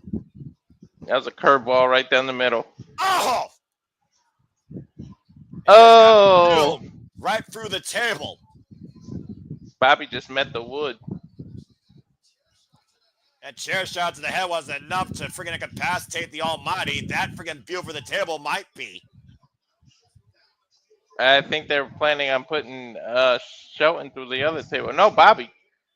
Well, clearly Ricochet directing traffic here as MVP, to your point, for now has been neutralized, and that might be who they might be focusing on. Wait a minute. He's going to go for the 450 through the table. Oh! Oh, no. Okay. Running elbow off the apron through the heart of Bobby Lashley, through the table. The Almighty might be down and out. Take a look at the replay here, Walter. Jeez. Running start, and boom, right in the heart.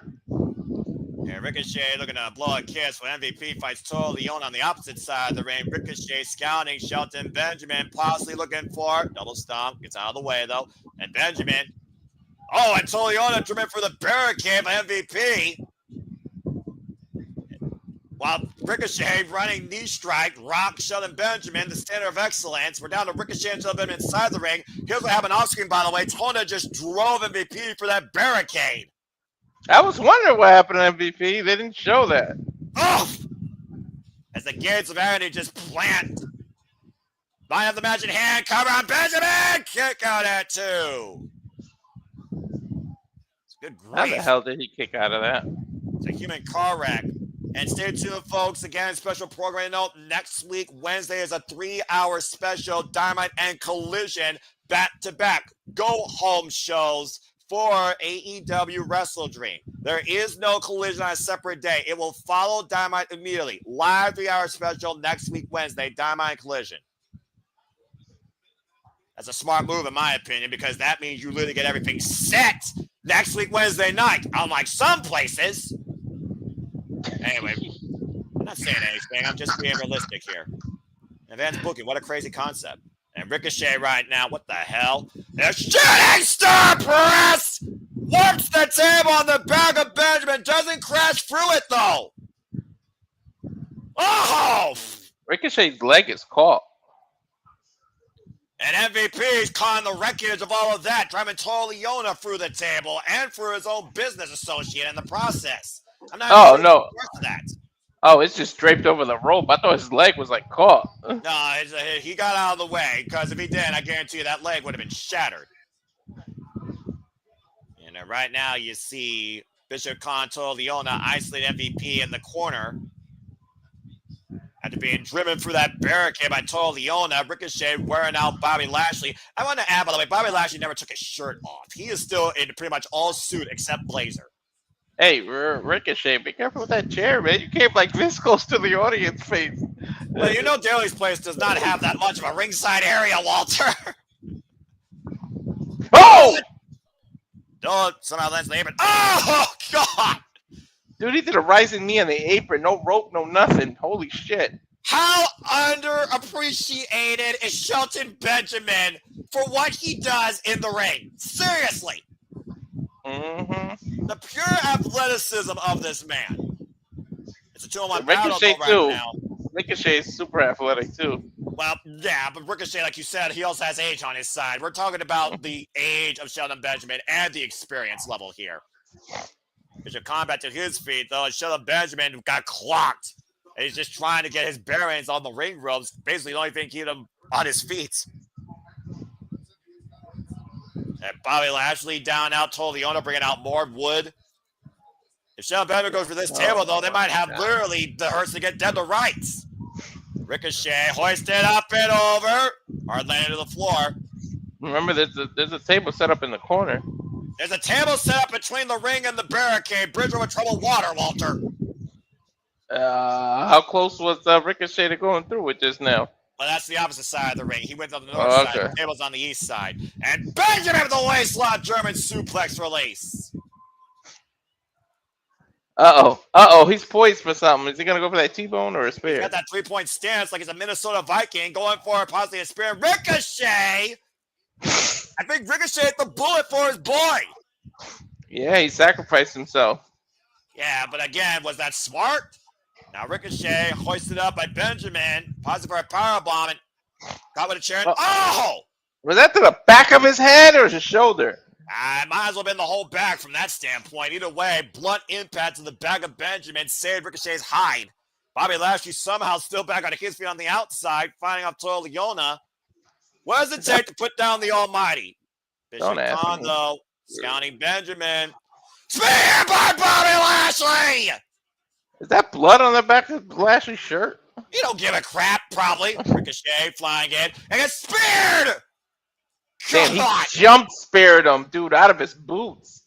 Leona, though, and Bobby Lashley. Oh, here we go, Walter. The behemoths of each team colliding once again on Dynamite. This is a collision, folks. This is Bobby like a Lashley polar. goes to a knee and spear for Leona. This is like a grizzly bear versus a black bear. Like, Well, we just figured out which one won, and this isn't the Revenant. Good God. dude, he chasing him too. He went right after him. Lashley, though, hoisted that toe, unable to Oh, hoist they're him. close to that table. And Lashley hoisting up Tolo through that table. Spine buster. I think he hurt someone, Noah. Yeah, about to say, I think it's safe to say we finally got someone hurt. His name's Toro Leona, and Ricochet is left alone with Shelton Benjamin and Bobby Lashley and MVP 3-on-1. I think a receipt's about to come. I think they're gonna let MVP do the honors here. Well, it's time to finish business, I think, Walter. The business of pain. Shot to the throat. Playmaker! God damn! Dude, the height! One-arm choke bomb. Is he gonna T-bone suplex him through that table? I think he's going to suplex him directly through the table. Yo, a release German suplex. He just let him fly. Touchdown, Hurt Syndicate with the win in this street fight. I knew Ricochet was gonna be the one to get the pin. Well, Ricochet was the one that caused all this. MVP getting much sought after revenge and a receipt. Business found by the Hurt Syndicate. They may not And win Bobby the Lashley- wrestling match, but they won the fight. They give out Bobby Lashley never even took off his shirt. and the jacket was 100% intact. We go to full commercial break. Fuck television. God damn. What? What a suplex. Wow. Dude, release to his head, his neck. Like, all Oh bullshit my aside, he could have really God. got, like, kayfabe aside, he could have really got injured. Like, he just released him into that. He didn't slam him. I'm about to say, he yeeted Literally, that boy. he yeeted him. He tossed him like a dumpster was behind him when he was throwing trash over his head. That was incredible. My gosh, Son of Ben's got the best German suplex in the business. Well, that being said, congrats to the Hurts again on winning that Street Fight. As we get ready, coming up next, Jurassic Express for the first time since 2022 will be in tag team action when we come back to Dynamite. Fuck television. Well, that was fun, and you were right. Someone did get hurt. It was Ricochet. Dude, God. so bad. I love it. They're going to Jurassic Express next. Watch. Yeah, Jurassic Express is coming up next. For those that don't know, Jurassic Express are former AEW Tag Team Champions, but the last time they were together as tag team was 2022 in a ladder match against the Young Bucks. The Young Bucks, of course, who beat them for those titles, and Christian Cage turned his back on Jungle Boy and engaged a kill switch, and the rest is history when it came to these two that basically Oh, I just thought about it. before they came back at All Out to once again be back together in tag team action. And now we're going to see them for the first time in a tag team match coming up on AEW Dynamite Homecoming. The Young What do you Bucks describe are sitting there bothering Tony Khan. Tony might punish him and send him to Jurassic Expressway. Yeah, about to They're say- gonna come with no music, no nothing, and just have to go fight him. Yeah, I'm about to say, Shelton Benjamin sending Ricochet into the end zone. Good God. Hurts to get with the win. I love it. And again, they Dude. hurt people. He literally tossed him like trash. Like, that was crazy. It's amazing how light Ricochet looks on television when freaking Shelton Benjamin throws him like yesterday's garbage. He ain't that light either, you know. He's No, pretty of course built. not. You kidding me? He's like But again, 210 Benjamin- pounds of muscle too. Right? Again, let's take a look here with everyone in the chat, by the way. Again, if y'all haven't subscribed already, subscribe to Rage of Wrestling. If you want to be part of Sleepy Addicting Leagues or find out more of what I do at My Simple Man's brand, or just find me with a positive hello once in a while because I'm antisocial introverted, right here on YouTube on the X and Foster 9016. I will be on the No DQ review, by the way, tomorrow too. Say yeah to No DQ. Shout out to Aaron Riff. He'll be doing a review for both AW Dynamite Title Tuesday. Hey, be And careful! next Don't let them pull you into the stream too long. If a Psycho Jet Black Cyclone happens, I'm going to make sure I abandon ship before I'm stuck in that vortex. All right, don't worry about that. Anyway, we got a moment to breathe here. Good God. I mean, yeah, Jurassic Express and the Young Bucks, boy, do they go back a ways. Man, And speaking of going back a ways, look at this picture, Walter. well, the family just keeps growing. Hey, Santos Escobar just quit too, and that means there's no 90 days because he just didn't renew his contract. And notice a member is missing though in this picture. Andrade. When his fucking weapon at Collision. Bro, he's got Canada, he's got Japan, he got Mexico, he got the United States represented. This dude. See, this is what the United Nations would look like if they actually were united underneath one leader that wasn't corrupt. Kyle versus Kyle still to come tonight, by the way. We are going to say Kyle so many times, it's going to be ridiculous. Kyle squared. You had to say it like that. Kyle squared.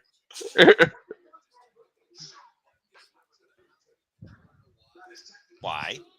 Ooh, what if they make Hechicero and Andrade go after the tag title? Hechicero apparently ripped Bandido's shoulder out of the socket last week in Mexico. Bro, that fight. Oh my God. I still can't believe that ROH fight. That would be Brodido tonight. We're going to run the rest of the dream and win the AEW tag team titles. Don Callis fan once again have all the gold. That is a crazy sight. Yeah, but they'll be missing the main title. Well, that being said, let's hear for Aubrey, and also let's hear for Tarzan Boy. Jurassic Express is back. Whoa. Oh, non-copyright, Walter, non-copyright. Look at that. Former AEW World Tag Team Champions with a Hold on. 38 and 10. Is it gonna say Jungle Boy? Nope. I want to see if they call him Jungle Boy or still Jack Perry. I mean, they've been calling him Jungle Boy Jack Perry, but the Titantron does say just Jack Perry Luchasaurus, but notice the font, Walter. That's Jurassic Park font. Mm-hmm. Sunny afternoons. And clearly we know Jurassic Express has the Young Bucks in their sight, as of course they assaulted the Young Bucks at AEW All Out. We also saw last Wednesday they went after the Young Bucks after they were trying to jaw jack their former friend Kenny Omega. Here comes the beach balls. Yeah, this is when a certain somebody made a return right after this. Yeah, no kidding. But Jurassic Express, an emphatic statement, taking out the Young Bucks. Kenny did not trust Jack Perry. Yeah, well, remember the tremendous history with Jack Perry and Kenny Omega. Night. Give me the order. All right, anyway, there's enough of that. All right. Anyway, let's focus on this match here. And you got to consider who are the tag team champions right now, Brodido. That'd be a very unique first-time matchup here. Who's that in the ring already? Local talent. How is he wrestling with that big knife pouch there? Jack Perry right now. Starting things out with Orion, not to be confused with O'Reilly. Damn, they didn't even give him an entrance. Dude, it's local talent. Oh, you know that better. You know better than that. Local talent never gets entrances here in this business, not even the Broke Bucks. I feel like Andrade is going to come back out or something. No, he's got beef with Kenny, not with them. I'm about to say, yeah. And again, at the end of the day, Andrade Eagle has fallen to Don Callis' itinerary, I think. It feels like Jack Perry's back to true form, though. Young Bucks, mate. What the hell? Was that Nick and Matt in the audience? Yes, I said they might interfere in this. Yeah. I see what you mean. They're up on the stage in the back row. Mm-hmm. And Luchasaurus. Yeah, so Luchasaurus, of course, using that power. And by the way, for those that don't know, he has a master's degree. You said that last time. A master's degree in what? Jurassic history? I think it's actually history and psychology, but again, I think go to the same university as him. Shout out, by the way, to Virtuous Leon Perazzo, who encourages you pursue higher education. Dropped him! Oh God! I've never seen a suplex where he just drops somebody like that. You know, let gravity do half the work for you. I mean, maybe his degrees in physics. Oh, open palm strike. Did I jump ahead of you for a second? I mean, right now I see Luchasaurus tying up somebody in the ropes and Jack In the Perry ropes. doing a Okay, good yeah, job. right to the chest then. We're Yeah. in sync. And what is Jack Perry doing? Is he taking off the covering? Oh, arguing with that. Oh, look, a beach ball. Jurassic Yeah, it's been green beach balls since they came out. And tag made. Oh! Someone was going to get a souvenir. An Irish whip and the drop down. And whoa, the agility of Luchasaurus. Hey. Good arm drag. Don't let Claudio near any of those beach balls. I'm about to say, yeah. Well, here's the thing. These beach balls are for fun. They don't take away from the match. The beach ball he tore up at SummerSlam when the bar was in action, completely justified. And so far, Jurassic Express haven't lost a single step here. Oh, wait a minute. Remember this move, Walter? Ow! Yep. Jurassic Express! That's it! What do you want? Stop barking, boy. Ah! That overhead suplex power bomb is such a finish. Okay. I don't think the Bucks are going to stay in the seats too long. After 1,200 days, pretty much, Jurassic Express coming to fine form again tonight at AEW Dynamite on Tuesday. Uh-oh. Well, you had to call their name, Walter. You had to call their name. I told you they weren't going to stay in those seats. I mean, we saw them bombard freaking last week by Jurassic Express. Luchasaurus grabbing the Bucks again out of midair. Oh, no! By the way, buying tickets does not allow you to get into the ring. Don't get ideas. Fortunately, they are actual talent, so they really can't be fined here. BTE trigger drops Luchasaurus.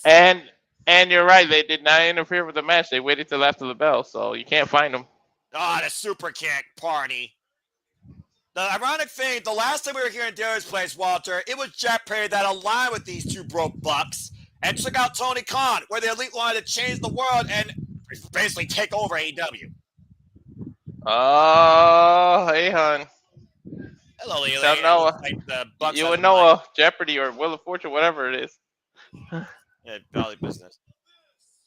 Call What this a callback. What did he say? A callback.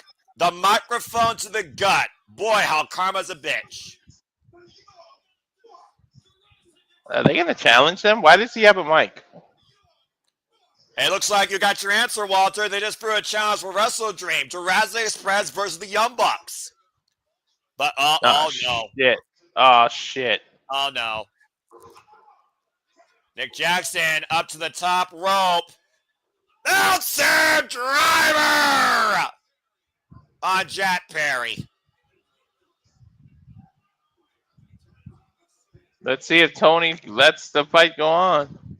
Look how Luchasaurus protects Jack Perry. Again, time heals all wounds, and apparently friendships are always somehow forever too. But the Young Bucks don't give a damn. The Young Bucks spoiling this homecoming for Luchasaurus and Jack Perry. My nephew. Have to go backstage to the Death Riders.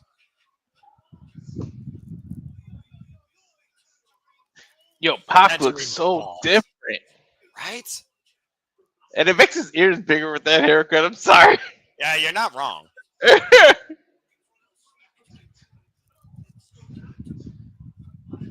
Little pitsqueak to whet his appetite. I don't care what anybody said. Pac can go, man. I mean, Damn right. I just feel bad his body can't keep up with whatever he's trying to do. He's been injured quite a lot. But to your point, he's been gone 6 months, the same amount as Orange Cassidy. Yeah, what was it? The ankle this time? It was the ankle, the knee. I think his neck gave him an issue when he was going by a different name. Right.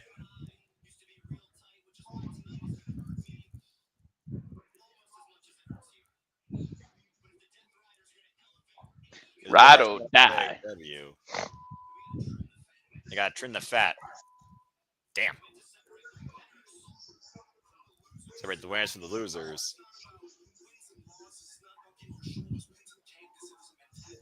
It's about entitlement. I mean, again, Daniel Garcia said he went along with this because of a mentality. Dude, Moxley's coming fresh off a match, and look at him in the background. He look like he's itching to get in there again. John Moxley is a sicko for this business, and I respect him for that. But it also makes him extremely dangerous. Well, bottom line, Pac and Orange Cassidy did agree that it will be just one-on-one. Pac versus Orange Cassidy still to come tonight. What a night. That will be our main event, by the way, Walter, as we get ready now for it looks like the Battle of the Kyles. Time for the TNT Championship. How you going to put Pac and Orange Cassidy in the main event over the titles? Whatever, Tony. You got to consider the bigger story here at the end of the day is the Death Riders, dude. And you also got to consider the longer rivalry. Let's think about this. Kyle versus Kyle has only happened one-on-one one other time. It was back in June that we saw Kyle O'Reilly take on Kyle Fletcher. And with the aid of the Don Callis family that night, Lance Archer, it was Kyle Fletcher that did get the victory. And Kyle O'Reilly is also fighting not just for the TNT title, he's fighting on behalf of a fallen friend. You just talked about it. Hologram was taken out by Kyle Fletcher, and this clone guy now has literally crashed the code, ruined Orange Cassidy's chances to join the Don Callis family. Now the Proto Star lets continue his legacy to become the greatest TNT champion of all time. And good to see everyone in the chat as always. Sandy, I appreciate you. Beat Up Man Plays, appreciate you as well. And yeah, we know that he looks weird, folks. I get it. Proto Star Kyle Fletcher with a singles record this year of 14-5, our current TNT champion. Brimming with confidence, the 28th TNT champion in this company's history. This title first established at Double or Nothing 2020, won by the American Nightmare Cody Rhodes against Lance Archer in the finals. I dig the pink on him, by the way. It definitely works. And again, Kyle Fletcher said himself, it makes him stand out because no one else wears all pink like he does. Again, bottom line, Kyle Fletcher's about one thing, and that is you will say his full name. And as much as the Don Callis family gets involved in each other's business, we got to say this about Kyle Fletcher, Walter. Since he's been TNT champion, he's won each defense all on his own. Yep. Looks like Don Callis is joining surprisingly. Commentary. Brian Danielson, Taz, Nick Scalber on commentary. Shout out to the All Elite commentary team, as well as Renee Pichelli, Shatu, and Tony Giovanni, broadcasters. Again, this is Kyle versus Kyle 2. Second ever singles match that these two men are going to have against each other, this time for the TNT title. Kyle Fletcher, the 28th TNT champion. Kyle Kyle Square. Yep, damn it, Walter. The tail of the tape here, Kyle versus Kyle, it comes down to experience, age, hunger, confidence. The waist lock here, good go behind by Kyle, and then Kyle with the wrist lock takeover. Now Kyle with the great leg takedown here, flow over the front face lock. And Moreno said best, styles make fights. You look at the two men's styles here, Walter. Think about that, by the way. Nice shoulder block there by Kyle Fletcher. Very similar. Kyle Rowley, great agility. Off the ropes. Kyle, sunset flip. Now Kyle looking for the single stop. And Kyle, take the ankle. Uh-oh. Ebar in, and Kyle makes his way to the ropes. I tell you what, Kyle, Fletcher better not make the mistake of looking past O'Reilly.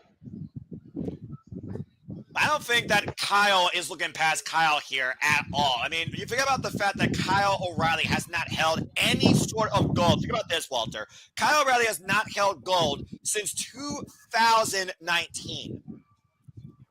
Jeez. Kyle, back when AEW debuted. Very much.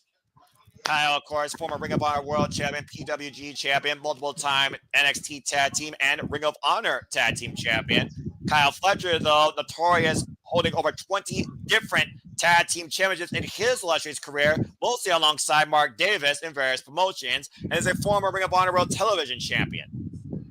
You see Kyle right now, and the wrist lock is changed here for strength against Kyle, as Kyle's trying to fight back here. And Kyle, again, both men are in position. Kyle, sudden impact with that scoop slam, trying to get Billy back in his hands, is the TNT champion. And I'm telling you, 2026 will be Fletcher's year. He's gonna have that world title. I'm telling you. Well, I mean, how much were you impressed with the fact that Kyle Fletcher did it all on his own, even in defeat, but hung so hard and so long that he did against him in that page for the AEW World Championship in his first ever chance? Mm-hmm. You talked about yourself, the potential of Kyle Fletcher is boundless. And Kyle O'Reilly here's for his first chance at Golden. We've seen title changes before on Title Tuesday, folks. Do not rule it out. Now, Kyle, though, with the palm strikes here. I mean, look, he took Hangman Page to the absolute limit. Dude, he came within a fraction of a second of winning that title. If referee wasn't out of position, he would have been the new champ. Again, the jury is out whether or not you're right there. The 3-second decision is final. Kyle Fletcher trying to get feeling back in his arm after being caught in that Jujikatami for a moment. But Kyle, running knee off the apron, rocks Kyle Fletcher. Oh my God, he turned right around into it too. Ouch. Yeah, no time to defend himself. His sudden impact, seeing his life flash before his eyes. And Kyle Fletcher right now catching the leg of Kyle. Now Kyle, again, going back to that Muay background. Again, Michinoku driver! Damn, he put emphasis. He jumped with it. Kyle versus Kyle continues in this fall classic Battle of the Kyles when we come back from a commercial break here at AEW Dynamite Title Tuesday. Fuck television. Kyle and Kyle coming down the aisle, giving you all the style in a match that's wild. All right, stop it right now. Listen, Walter, listen. While you're trying to scissor it up with your lyrics, bro, let me just say this. We don't know if the Acclaim are back, but we know that Anthony Bowens and Max Cassidy will be in tag team match as well. This coming Saturday on Collision Homecoming against Big Bill and Brian Keefe. So stay tuned for more on that. Leave it to you to be a freaking wordsmith. You freaking rap better than you type, bro. That's brilliant. So, yeah, the thing about this, though, I look at Kyle's mindset in the conglomeration, and I look at Roderick Strong, who almost is like, I'm so over this. Kyle O'Reilly and Roderick Strong have not been the same since Adam Cole's indefinite departure, we're going to call it that, from AEW and wrestling, for that matter, back at all in Texas. We don't know what's going to happen. And, right? By the way, good luck on Jeremy Lin keeping those two together. I'm about to say, Jeremy Lin's got his work cut out for him if he thinks that Anthony Bowens and Max Caster will ever scissor it up in the tag team division. But hell, if they want to get away from the mid-card, maybe that's the way they should go. Just a thought. Weirder things have happened. It is 2025 in the world of wrestling. Yeah, you're not wrong there, bro. As of course, right now, people are continuing to tune in as we are just a little bit over an hour, I think, of this special 2.5-hour Dynamite. Again, I don't know if we're going to cover next week because technically it's a normal Dynamite, normal Collision. They're just back-to-back. But I will show you this. Next week's predicting AEW Wrestle Dream will be, of course, next week, Thursday, 10:30 p.m. Eastern Standard Time. Stay tuned for more on that as the All League continues. Of course, I host prediction leagues for WWE, NXT, AEW, and TNA. So if you're part of those leagues, and strong. If you're not, join the fun. At the end of the day, just enjoy wrestling and just enjoy City Predicting. I'll also be back with Gino some point next week with predictions post-mortem regarding W Crown Jewel. So stay tuned for more on that. Anyway, we got a commercial break here. And you talk about Kyle O'Reilly and how much the man has gone through himself, coming back from, diabetes and seizures. Hell, we saw the man return basically in tears last year at Revolution. And, of course, he challenged Roderick Strong for the AEW National Championship at the time at Dynasty. What do you guys plan to cover for Saturday? Just curious. Well, Walter, you got more details on that? Yeah. You know what?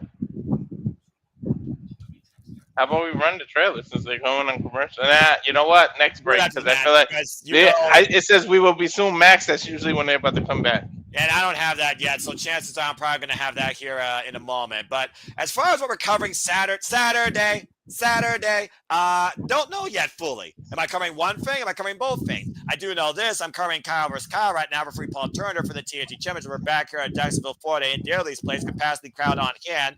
Kyle Fletcher, by the way, is going into his 5th defense tonight of the TNT Championship. O'Reilly. Oh, God, what a knee. Catching Fletcher. And German suplex. Axe and smash. The axe kick and the elbow to the side of the head. Rocking the protostar here. Momentum going back and forth like a pendulum here, Walter. This Kyle O'Reilly, man, we thought his career was literally gone and done, man. The fact that he came back from all that, what you just mentioned, is a testament to his willpower. And he's got a jumping guillotine with the scissor lock. You're about to say the arm hammer lock to your point, but Kyle, big headbutt, trying to break the grip of Kyle O'Reilly. And unfortunately, immediately to a triangle. Triangle armbar. He's got the armbar and the neck trap. And the most dangerous thing that Kyle could do here is try and lift his arm straight up with the one arm deadlift power bomb, forcing the break. Kyle's lucky. That's not the way you could have reversed that. You could have really injured your arms. What you should have did was sat straight on your butt and used your legs to break it. Yeah, but now look at Kyle immediately going after the ankle again. Almost a knee bar applied once more. When you sit straight up and you lean back, you make the angle of the triangle impossible. That's the reversal of a triangle. But what about this heel hook? What does this do for Kyle Fletcher when you think about the explosive nature of that flying kick in the corner?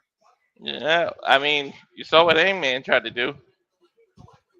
Again, AEW Dynamite all across the X night. Be part of the conversation, folks, and talk about the battle of Kyles. Mm-hmm. People saying, let's go, Kyle. And someone saying, I just hope Kyle has fun. I'm having fun. I think Kyle's having fun. Kyle and Kyle right now both on the apron. Kyle just wants to have fun. They're not copyright, but Cindy Lauper should be in the WWE Hall of Fame. And Kyle right now trading chops, trading kicks, blocks the kick at the knee, goes Kyle. Now Kyle, Armbringer takedown on the apron. Good grief. Now Riley immediately focusing his attack straight on the left arm. Wait for that flying knee strike again. Oh, and caught with a thrust kick by Kyle. Oh, no. Oh, now Riley staggered. Kyle Fletcher pops up with the apron bomb. Kyle even escaped. Grabbing the ankle. And dragon screwed him into a chair. That opening steel chair just sitting there in the corner of the barricade. Referee, of course, trying his 10 count here. Both competitors got to be aware of that. So there has to be a pinfall switch inside the ring. And this match does have a 20-minute time limit. Now Kyle with the running drop kick from the apron through the heart of Kyle. Kyle O'Reilly is a violent artist by name, bar none. Let's go to the replay here, Walter. Jeez. Nothing but steel driven on all three sides of Kyle there while he was sitting in that chair. Looking for that knee drop, and Kyle able to get out of the way. Now the and Kyle with the rolling elbow receipt. But Kyle at the ropes with the knee. Bang! Driving through O'Reilly. That should have broke Kyle's knee when he missed that. He came off from 10 feet in the air and totally missed. And trying to get some leverage on that left arm he's been working on while Kyle's looking for the long dart here. Hooking Kyle and driving head face first in the second turnbuckle. Woo! Forehead meet the turnbuckle. Talk about forcefully creating separation from your opponent who is trying to take your arm out of its socket. You see Kyle right now favoring that left arm, Walter. Yeah, he almost got locked into a Kimura. And about to say, letting go of that armbar in midair, he might have hyperextended some muscles in that arm. Come on, Kyle. Let's go, Kyle. Get up, Kyle. Kyle and Kyle right now, both staggering to their knees. Now Kyle back up to his feet, meeting the champion, challenger and champion, meeting in center. Once again, trading elbows. We take no liability if you drank every time we said Kyle and this comes I was not poisoning. That was your own decision. about to say, if people listen to me, they're foolish. I'm just a fan that just loves to. Oh God! What a thrust kick by Kyle. Now Kyle answers with the knee in the midsection. Now Kyle with the front face lock off the ropes. Tornado DDT holds on to it. Wait, he's hanging on. Front face lock applied by Kyle. Looking for the pile. Excuse me. Brainbuster. Kick out of the leg. Shoulder capture suplex cover 2, and we almost had a new TNT champion. Yo, that pinning combination was nice. PK rolls Kyle over, but Kyle answers with a first kick. Rebound. Wash God! Counted the rebound there with his own. Kyle just took Kyle's head off. Yeah, with a hell of a lariat. with the right arm, the arm that's not been worked over by Kyle. Now Kyle slips out from underneath, going back, Moxley to the knee bar. Ankle lock. Pull him away from the ropes and lay down. He was looking for that figure four, and instead he let go of it, crushed the ankle on the mat, and followed up with a blind knee shot to the back of the head. He's exhausted. We might have a new champion here. Kyle shoots the half. Kyle sits in the counter, hooked the leg, and no! That half a moment of hesitation. He took a second to breathe before he went for the cover. That could have cost him. And now he's coming towards the center of the ring, and now he has the ankle lock applied. But you gotta watch the instability here. Inside cradle. Nope, never mind. Now going back out to the head, hooking up Kyle O'Reilly. Brain Buster! It's over. Kyle's gonna lose. But he's taking too much time to go for the cover. Kyle Fletcher's unable to capitalize. I can guarantee Kyle will win. Kyle O'Reilly right now, back to his feet. Kyle Fletcher having issues with that leg, running over that kick though, and catching him with it. Once again, corner, hooking him up, another Proto Star. Brain Buster! It's over. That's it. There's no way he's getting up. I told you Kyle was going to win. And a hell of a way to get to the victory, though. Almost lost a leg and an arm in the process. A hell of a fight by Kyle O'Reilly, though, as Kyle Fletcher wins the Battle of the Kyles once again and is still TNT champion. Good grief. And, oh, come on, Lance. This is unnecessary. Now Kyle O'Reilly being fed to the Murder Hawk Monster after a fight. But wait a minute. Roderick Strong, Tomohiro, the conglomeration coming into play. And right now it's 2-on-3, but again, the numbers game. Rocky Romero now coming into the scene. And Roderick Strong right now taking out Rocky. Oh, but taken out by a big boot by Lance Archer. Remember Ishii coming off a crazy opening bout with Moxley. He's not 100%. No way. And Kyle O'Reilly's in no condition to fight. Oh, here comes the man that's always ready to fight. Here comes that boy, Mark Briscoe. Mm-hmm. That wild man that will take on the world, and the wild man that wants Kyle Fletcher's TNT championship. I think he's feeling froggy. And a low bridge right now as Don Callis leaves the announced position. Rocky Romero sent to the outside. And the four wars that Mark Briscoe and Kyle Fletcher have shared here in AEW have made him break both men. Wait, they can't touch each other, huh? A lot of history here. I do think there's a sense of respect with these two men as well, Walter. Oh, Remember, I thought Walter it was wants that shot at the TNT championship. I thought it was a can't touch each other. You lose your chance at the title or something. Pretty much. It's all under Kyle Fletcher's control and Don Callis' MO. Mark Briscoe has his eyes set on the Proto Star and that TNT title. That TNT title is his destiny. But when will destiny be fulfilled? We don't know. Coming up next, from one TV title to another, Mercedes Mone defends the TBS Championship Open Challenge. The CEO is on our screens. We come back to Dynamite. So in other words, it's his wrestle dream? I mean, I wouldn't rule it out personally. First off, that was a freaking great battle of the Kyles. I wanted to say that for the record. By the way, how many times did I say Kyle during that match? I have no idea, but I'm glad I didn't drink because that would have been alcohol poison. Again, as the simple man, the introverted, antisocial virgin, 99.7% straight edge professional wrestling fan here, I encourage you to protect your liver, respect your wallet, and just your life and enjoy wrestling. And speaking of which, Walter, while we don't know what we're doing fully just on Saturday, I do know we have quite a schedule lined up for what's ahead here at the Sababa Studios. So if you want to know more what they're going to lend my voice to, because I have to deal with these yahoos on a weekly basis, check this trailer out. Run the ad! And now for a taste of things to come.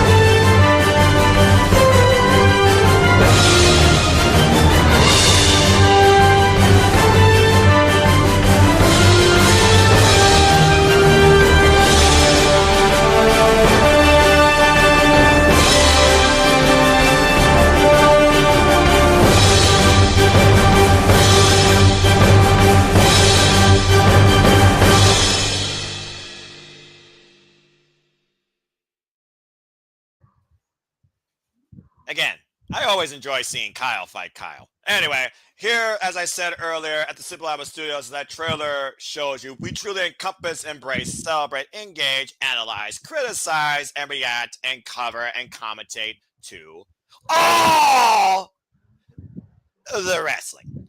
And welcome back here to the Simply Reliable Studios. Again, if you want to follow me, there's my tag. Good luck. I'm barely social as it is, but I love doing this with my friends. But more importantly, follow my friends. Batty for Wrestling, Rage of Wrestling, Cassidy Studios. It's about them. It's not about me. It's about professional wrestling. Damn it. And welcome back here, as we'll be back soon. So, Walter, let's just go ahead and talk about real quick. We've got a moment. TBS Championship. If Mercedes Mone 6-7 defends tonight, she will be less than 10 days away from beating Jade Cargill's run. Well, hold that thought. We got Kyle Fletcher on our screen here. Let's see what's next for the Pro Star, possibly. I think it might be a dream of Brodido to get this title match. Mark Briscoe taking advantage of a hard-fought title match. Although I think today Mark Briscoe's number. You know, I almost forget that he's Australian until he opens his mouth. At Wrestle Dream. Oh! Hey, thanks, Tony! I told you. We got the robber! It's Kyle Fletcher, Mark Briscoe 5 for the TNT title at Wrestle Dream. Mark ain't winning. Sorry, Mark. Well, speaking of marketing, here comes somebody's business portfolio bigger than the ring itself. Aubrey Edwards, the referee for this contest. Here comes the CEO and the face of TBS. That's some fat guesses. Challenge. Look at some fat guesses. I mean, that's fair. Here comes the GTA stripper. Will you stop that? Mercedes Mone, 27-1 in AEW singles matches, and is going into her, get this, folks, 22nd defense of the TBS Championship, the biggest, most precious, most valuable cornerstone of her championship portfolio. 5 of those titles actually being championships. The other ones that are just more so a symbol. Referee Aubrey Edwards for this contest. As I said before, she has currently been the TBS champion now for 500 days. No. Wait a minute. Who the hell? What? Oh! Huh? Is that? Wait a minute. She's recently released too. Lacey Lane! Okay! Yeah, they changed her name. Yeah, I forgot about Lacey Lane, formerly part of the WWE, formerly part of the Mae Young Classic, and she is from Florida. She is from Florida. Lacey Lane, former party girl with Casey Catanzaro, former WWE superstar, has apparently arrived in Daly's place. All right. You know what? I like this because, one, it's not something that everyone would follow as obvious, and two, it's a first-time ever matchup. I forgot that was her name now. Well, let's not forget, Lacey Lane also has been trained by the Dudley boys, lest you forget. Elba Day, way to make your debut here in AEW, challenging the CEO, Mercedes Mone. She is less than 10 days away from eclipsing Jade Cargill's reign for the longest TBS champion in this company's history. Mercedes Mone, of course, the 5th TBS champion here. Also still Rev Pro, EWA, and CMLL Women's World Champion. And there you see, of course, the TBS title held above Aubrey Edwards. A lot of things been going on lately in this women's division, Walter. Blood and Guts, Women's Tag Team Championships, Chris Statler and Toy Storm for the first time ever, and now we got Lacey Lane debuting here in AEW. It's not applied. Is it me or Mercedes doesn't even look impressed?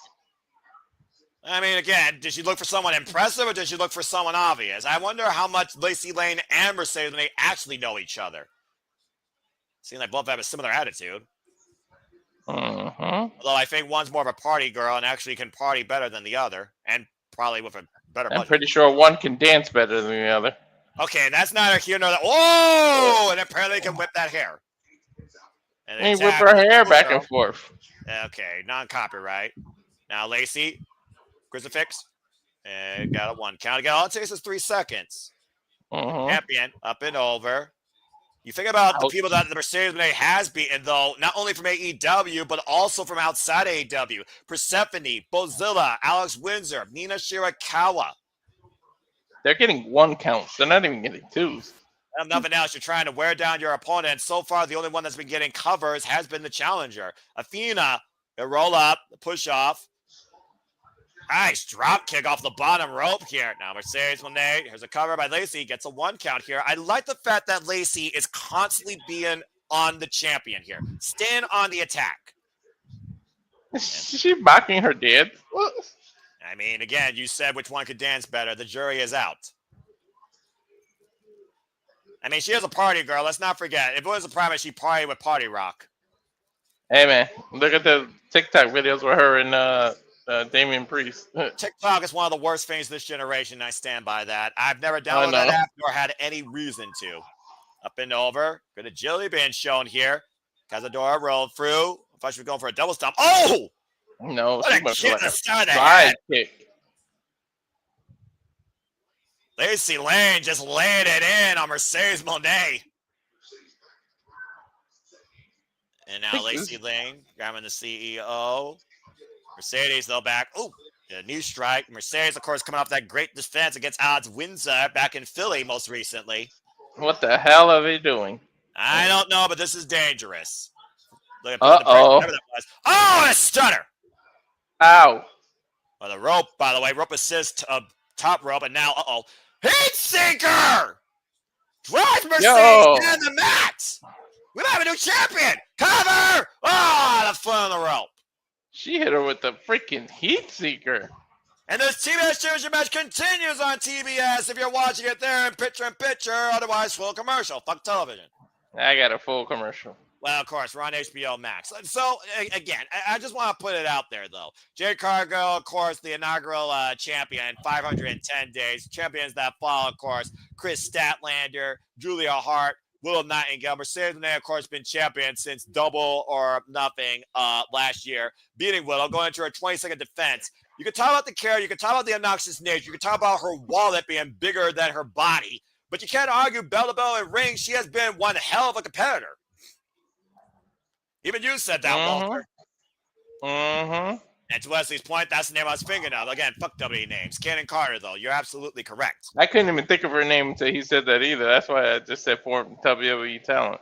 Well, I remember when she first arrived in WWE, it was the Mae Young Classic. She was Lacey Lane. That's what she was known as, previously trained by the Dudleys. Lacey Lane was one of the first people I recognized from the Mae Young Classic when they discovered all these women from across the world that I knew. Again, Mae Young Classic. WWE needs to do that again. I'm just saying. All right? No one gives a damn about your freaking Crown Jewel Temu Super Bowl ring nonsense. I'm just saying. Someone will pawn that off on probably Pawn Stars on freaking Las Vegas again, like they did at WWE Hall of Fame ring. It's not about rings. It's about what today. What Tuesday is it?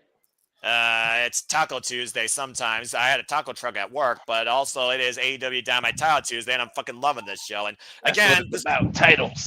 Well, to be fair, this is the only title match, but the other match to come does have title implications. And we are going to main event with two former notorious AEW International Champions that could have ramifications on both men's futures, as well as Darby Allin and John Moxley match. Let's not forget, Orange Cassidy was one of the first men to fire the first Solot towards the Death Riders last year and John Moxley's AEW World Championship. At one point, John Moxley tried to pour bleach down the man's throat. And we just saw the TNT title defended. I mean, jeez. Talk about Orange Cassidy's run with that damn belt. I mean, I can literally tell you about that. He held it for a combined 470 days across 2 runs, 326 days in his first run, and a combined 41 defenses with that championship. That man elevated to that title. He elevated that title beyond belief, dude. It was almost on Collision every week, almost. Pretty much. That's what it seemed like. I mean, yeah, outside John Moxley, who's been on every show, might I add, Collision and Dynamite, Orange Cassidy's been probably the hardest worker at AEW before he got injured. Anyway, as of course we wait back for this, I do wonder, if Moné gets through this, what could be the nightmare at Wrestle Dream for her? And could that be her undoing? Because technically speaking, the day before Wrestle Dream, she beat Jade Cargill's reign. Right? Are they that petty? They'll make her lose it like right after beating the record. Or would they give you a surprise WTF where Lacey Lane could beat Mercedes Moné as we're back here for the TBS Championship? Again, Mercedes Moné defending against, you heard me right, folks, Lacey Lane, the former Cannon Carter of WWE, a student of the Dudley boys, and also from the Florida area. Nice kick there. No relation to Lois. And now Lacey Lane in control. Been on quite the offense here for most of this match, by the way, might I add. Mercedes Moné has barely done anything. But remember, I mean, there's no preparation in an open challenge. You have no idea who your opponent is, so Mercedes might be taken a little off guard. I guess that's true when you consider, again, confidence being your own downfall, your hubris. You very much have a point there. Again, to preview on speed, by the way, we have another match made official for Wrestle Dream. It will be Kyle Fletcher versus Mark Briscoe 5 for the TNT Championship. Both men are 2-2 against each other. Don't see that title changing hands because I of don't know, man. Andrade. I'm just saying.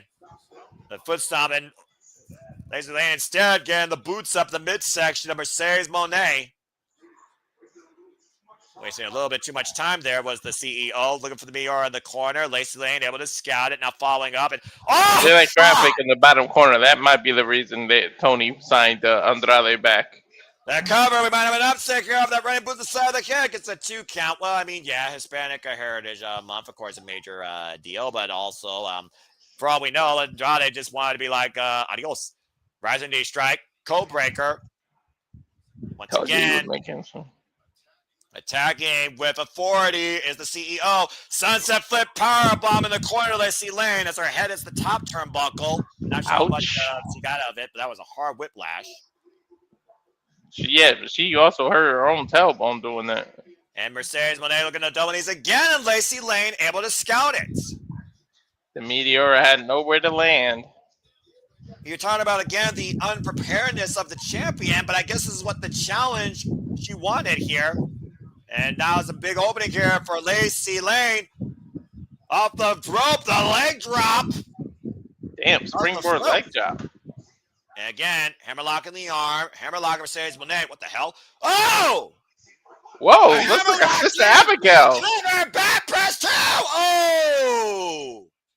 That was like a Sister Abigail almost. Basically. Hammerlock sideline DDT got a 2.5. Bro, wearing her down, literally. Lacey. I want to see the replay because she got her shoulder off the ground like a millisecond before that 3. Cover 2. Oh, gosh. Modified DVD with the leg draped over the body, still for 2 9/10. Lacey Lane in disbelief here. Dude, Mercedes, I think she kicked out of instinct on both instances. About to say, you see the freaking fatigue factor come into play here again. Lacey Lane looking for the hammerlock. Uh-oh. Oh, Okada roll, cover 2, got the tights. Lacey Lane reversal, cover 2. Mercedes Moné reversal, trying to sit into it, cover 2. No. Able to escape, and once again, hooking her up. Uh-oh, Corey position. Mone! Maker! Cover 2! It's over. That's it! It's over. Lacey Lane, valiant effort, but the CEO clinches in number 22 and is still the TBS champion. And at this point, in 10 days, will be the longest reigning TBS champion in AEW history. Lacey Lane went to Valiant the same effort. casino that the Jackson brothers went, or sorry, the young, you know what? I know exactly what you're talking about. Guys. Well, you did talk about Mr. Moné earlier. There's the Beast Mortals. And good to see you, Nathan Banks. Appreciate you tuning in as always. Why is Sammy trying to remind me? He's trying to be Dominic Mysterio almost. I don't know. Why don't you translate Beast Mortals instead? Oh, good grief. Sammy's still talking for me. That's fair. And that's Spanish for goodbye. An emphatic grr by Beast Mortals for Matt Eddie Kingston. Oh, Hook and Eddie. Yeah, I'll say. 2 weeks ago, I'd be here because of you, Sammy. Again, stop letting Sammy talk for you. Eddie lost a little weight. Yeah, I'm about to say, he's been in pretty good, fine shape. And the Kings are, of course, ready for a fight. Speaking of a fight, we got a double jeopardy eliminator match coming up next as Brodido defends their titles and the opportunity against the Don Callis family against Konosuke Takeshita and Kazuchika Okada when we come back to Dynamite Title There's Tuesday. a lot riding on this match. You think? Well, we talked about earlier Kazuchika Okada defending AEW Unified Champion and still reigning AEW Continental Champion for frickin' 560 plus days. Konosuke Takeshita's challenge for the IWGP World Heavyweight Championship, Goku Sumaha, King of Pro Wrestling against Zack Sabre Jr. this coming Monday. And Brodido are the current AEW World Tag Team Champions coming off a fatal four-way special defense against Don Callis family included representation and AEW All Out. And the thing is, if Brodido picks up the win, it doesn't matter whether they pin Konosuke or Okada. If Brodido picks up the win, the person that picks the pin challenges Okada for the Continental, the Unified Championship. And here's another fun kicker for you, Walter. Brody King once faced Okada for the Continental Championship, lest you forget. Okada got his ass kicked, but he still survived. Bandido has never faced Okada at all, ever, one-on-one. It's going to be heavy indications. And of course, Okada, like I said, we saw Konosuke took on Brodido for the Ring of Honor World Championship at before Dishonor, incredible match, but he also lost that there. And of course, Brody King and Konosuke Takeshita go all the way back to the Continental Classic last year, where the Alpha did get the better of Big Bad Brody King. And going into what Don Callis has done and told us, Hechicero has told us Bandido's arm may be literally coming out of its socket practically, as it was hurt down in Mexico by Hechicero. So we know that champions aren't coming in at 100%.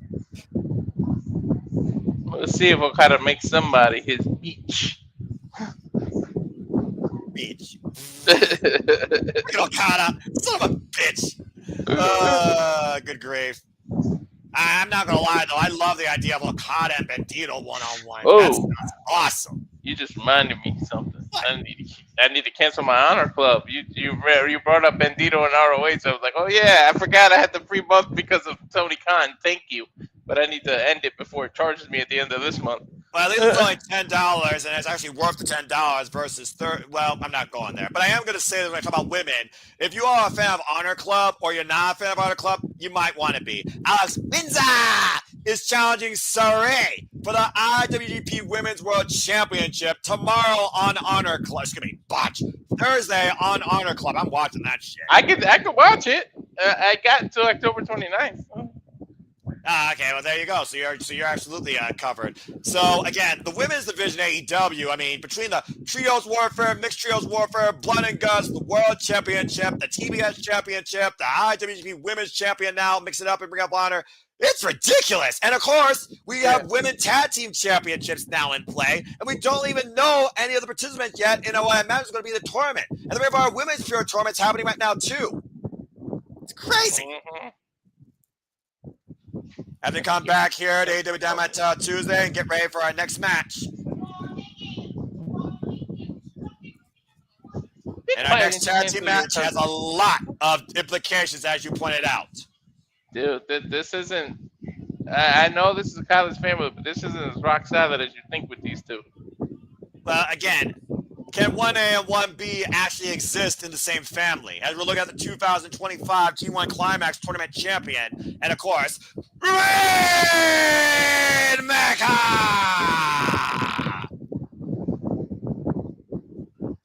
Kazuchika Okada! Beach. 14-0 in singles action. That's crazy. Including to his right, because, well, that was a triple threat, but still, he won that match. And again, Double Jeopardy Eliminator match. As we know, the biggest prize at risk here is Kazuchika Okada's AEW Unified Championship if Brodido wins.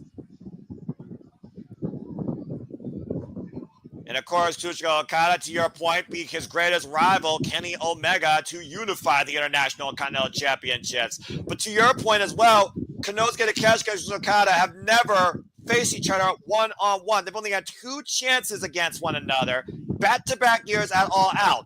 all-out fatal four-way last year and the triple threat from this year. And neither of those matches, Konosuke was involved in the decision, but Okada won both.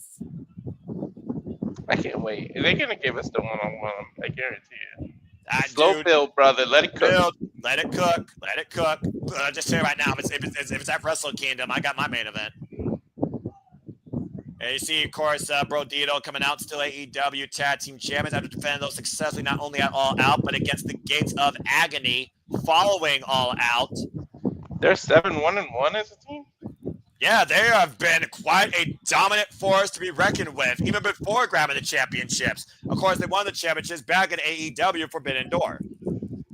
Yep. All it's going to take is one miscommunication on Kaun to catch his side, and there's your implosion, Walter.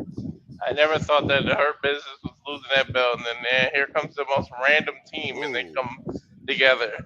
And, well, again, the history of Brody King and Bandido goes way back to that mutual respect beyond AEW, whether they were facing each other one-on-one or working together. But now we got two AEW originals as tag team champions, not the elite, not former W superstars, two AEW originals. We haven't seen this type of tag team setup since freaking Acclaim and Jurassic Express. Bandido's got like a big-ass target on his shoulder. You got to let Takeshita and Okada go against them with a bum shoulder. Like, that is not the smartest thing to do. Yeah, well, it comes back to the pride of the champions, by the way. And Konosuke just manhandling Bandido, looking for a big stomp.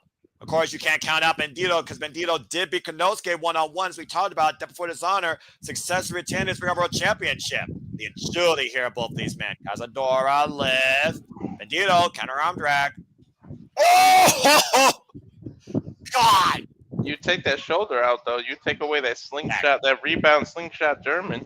That 21 plex, but again, that big elbow, though, rocked the alpha. No denying that. Not bad for the former five-time KOD openweight champion from DDT Pro. Bandido, Cazadora by Brody. A little dazed there. Oh! Just dropped. I always love the tag teams that use their own partners as weapons. Right? It just seems like it's so effective. What was the hesitation, though? I think he may have hit his head first on the mat. Now, Okada legal with Brody King. Yeah, let's renew this, shall we? Let's renew this over the Continental Championship from Revolution this year, in case you forgot. Tag. You talk about, again, people that wrestle with a bum shoulder. Do you not forget that Kazuchika Okada ripped the arm out of Bryan Danielson, and Bryan Danielson still won? Mm-hmm. I'm just saying. LaPlante strikes here to the AEW Unified Champion, Kazuchika Okada. Again, a legend in his late 30s now at this point. Virtually unpinned and unsubmitted practically in AEW since being signed, except by Bryan Danielson, who did pin him one time. Again, undefeated in singles action this year alone. I think he's 37, isn't he? Yeah, and again, you saw Bandido, to your point, go out for the tag, now favoring that shoulder. Definitely not 100% here. Brody about to definitely have to move most of the work in this match. Hard hours whip. Fall splash in the corner. The key thing about the Don Callis family is not the talent involved, it's the representation. And that representation is Don Callis. What does that infuse hatred that he invokes in this family? Or that ruthless, win by any means necessary attitude that has led to Konosuke, Okada, and Kyle Fletcher's rise. And now Kyle, We talk all this shit about Don Callis. But if you think about it, it might not be an AEW without Don Callis, because he's the one who called Jericho to fight Kenny Omega in New Japan. And then Tony saw that and said that there needs to be opposition to WWE, and then created AEW. So without Don Callis, AEW might not even exist. As we go to full commercial break, with that fine your heads, fuck television, you veil might be rising. The invisible hand has played his hand in AEW's existence. Yeah, it was him that made that call to have Kenny Omega versus Chris Jericho, that crazy ass match in Japan. Yeah, Wrestle Kingdom 12, to your point, for the IWGP United States Championship, Kenny Omega versus Chris Jericho. Honestly, that might have been one of the first matches, not with Okada in the mix, or Tanahashi in the mix, that made people realize New Japan existed. Dude, the freaking one-wing angel on the chair. There's a reason why Chris Jericho said he could never take that move again. Okada and Konosuke, the tease. You saw the subtle tease there of that DDT Big Blue combination as you saw Konosuke raise his arm above Okada. Okada did not do this yet. Again, Walter, let it cook. I think, again, based on what happens not only tonight, but particularly at King of Pro Wrestling, we're going to learn a lot about the Alpha's future because I would dare say the biggest match in Konosuke's career is this Monday morning when he challenges Zack Sabre Jr. for the IWGP Heavyweight Championship. I've been Nostradamus. I've been on a roll. I told you about the Moose and Oba. I told you that there was going to be Mr. Bouncy and Leon Slater. I'm telling you, Kyle Fletcher's going to be a champion in 2026, and we're going to get this one-on-one. Just wait till next year. Well, again, we got to get for the rest of this year. Of course, we got, as you saw in the Watch On trailer, just to come up again, folks, we got WWE Crown Jewel. We got TNA Bound for Glory. We got King of Pro Wrestling, New Japan Pro Wrestling. We got Marigold in the mix because Io Sky is going to be challenging Mayu Iwatani, two original Daughters of Stardom, for the first time together in the ring since 2018. Cannot believe that. I'm so damn happy and excited for that.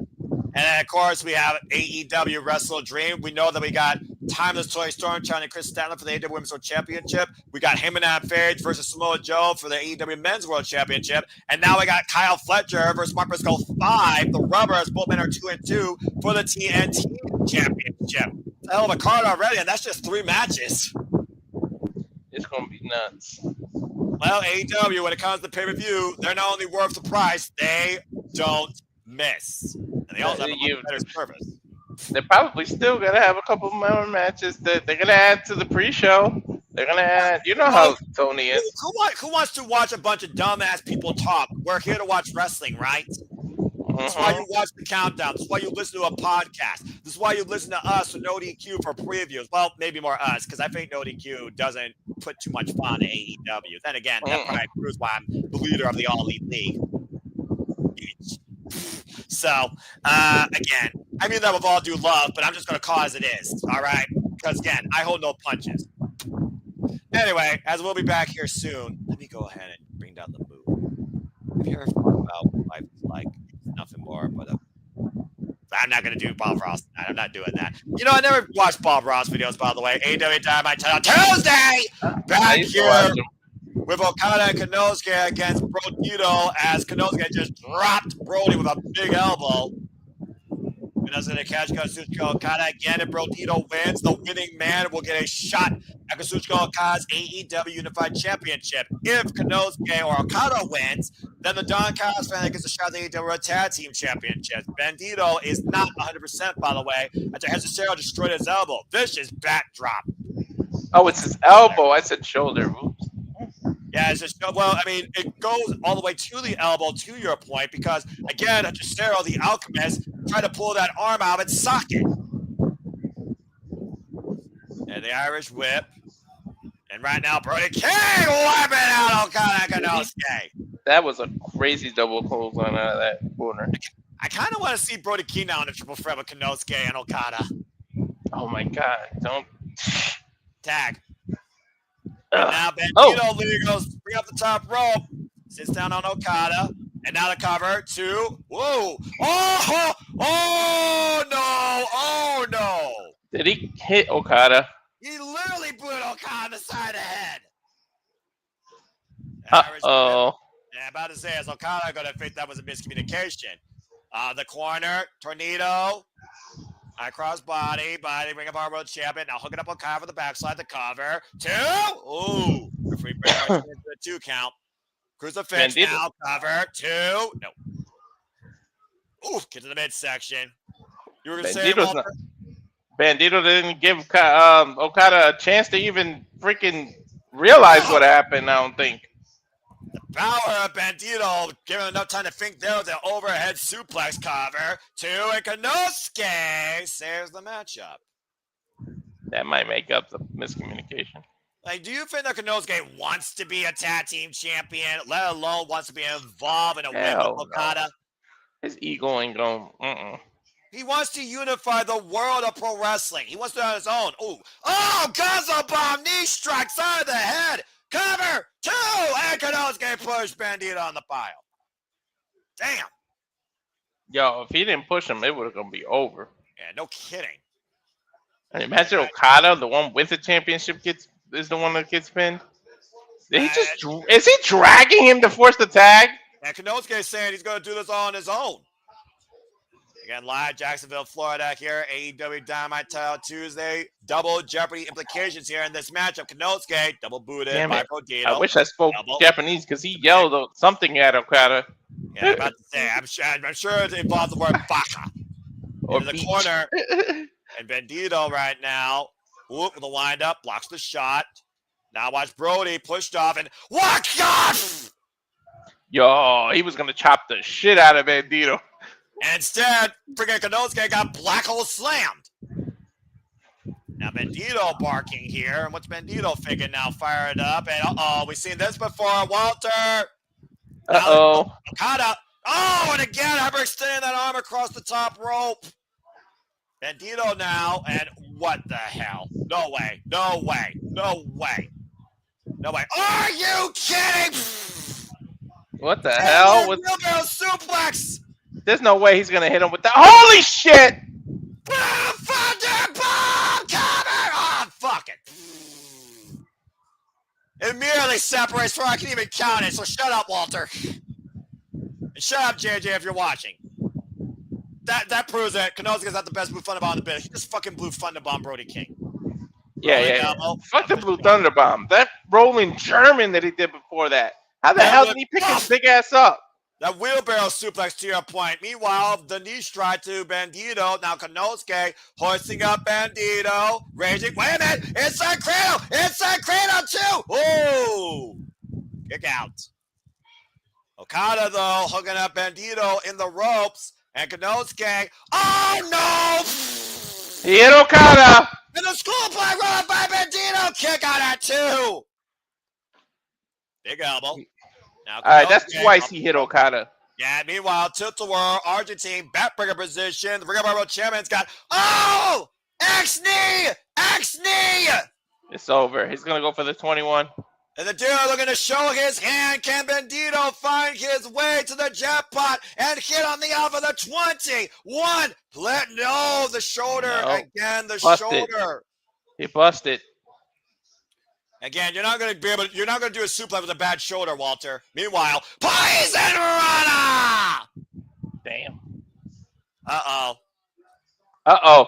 He lowered the knee pad, Noah. Yeah, he's looking for that power drive knee. If he hits this, we got our winners here. Lining him up, and wait a minute. Okada just tagged himself in.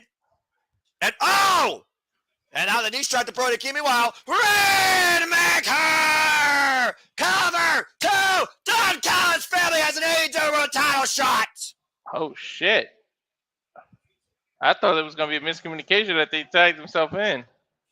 Takeshita and Okada, miscommunications aside, got the job done, but Okada was the one that tagged himself in for the win. And it's official. It's Okada and Konosuke. Wait. No, wait. For the AEW Tag Team Championships. Wait, Takeshita just pushed Okada, and Okada completely ignored him. Well, of course, Takeshita's pissed. Bottom line is not about Okada and Takeshita for Don Callis. It's about Don Callis only going to AEW. Now his family has a shot at the Tag Championships. And they literally own a pinfall over them now. Let's go backstage with Nate Paquette as we go backstage with Willow Nightingale and Jet Speed, who get ready for mixed trios action this Saturday against FTR and, I cannot believe I'm saying this, Megan Bain. Willow, we love Willow. How can you not love Willow? She makes everybody happy. Hey, you see it, Walter? Take a look at that friggin' match. Good God. For the first time, we're going to see Willow Nightingale and Megan Bain mix it up. Shit. All the power. Yeah, but what iteration of them? And, of course, we saw Kevin Knight take Dax Harwood to the absolute limit and get the win on one half of FTR. Willow Speed. Willow Speed.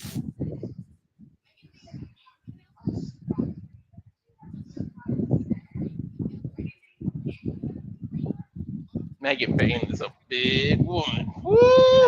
Let's put it politely. Her and Willow are gonna go at it. I still want to see Mega Bay win those tag titles, kid. I don't know, man. Between the Sisters of Sin and Ty J, it's anyone's ball game. At least this place has a division. I'm sorry, did I say that out loud? Tony Storm probably gonna get involved in that tag. Anyway, as we get ready to collide this Saturday, coming up next, our main event, AEW Dynamite Title Tuesday, we revisit one of the oldest rivalries in AEW history as the Bastard Pack goes one-on-one with freshly squeezed Orange Cassidy. After this commercial break, fuck television. So, just to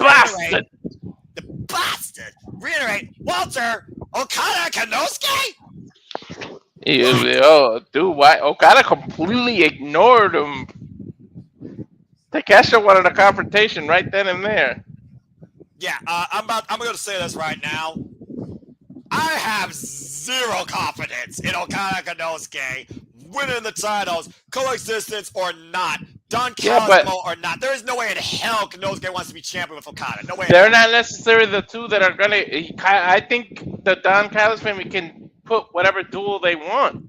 It doesn't have to be these two. I don't think so, man. You heard what they said on commentary. It was Don Callis that accepted that stipulation. He already had Josh Alexander and Cesaro lose. So why would he pick two people that he thinks can't do it? He has his two best members of his family now challenging for the tag titles. They can't get along, man. Well, I guess Don Callis is going to have to figure that shit out. Otherwise, this invisible hand is about to expose how stupid of a hand he could possibly be. Either way, we got another match made for Wrestle Dream. It's Brodido versus Okada and Konosuke for the AEW Tag Team Championships. Holy shit. That's going to probably be the opener, too. I mean, considering the tension with those men, I'd probably not be a bad idea. Man. Anyway, as we got a moment to breathe here, Safet with that comment. Wait. Yeah, pissed. I can't wait to win. I'm telling you. Right? And again, that's going to need the shit out of Okada, and it's not going to be by accident. So, do you think that he needs them during the match or after the match?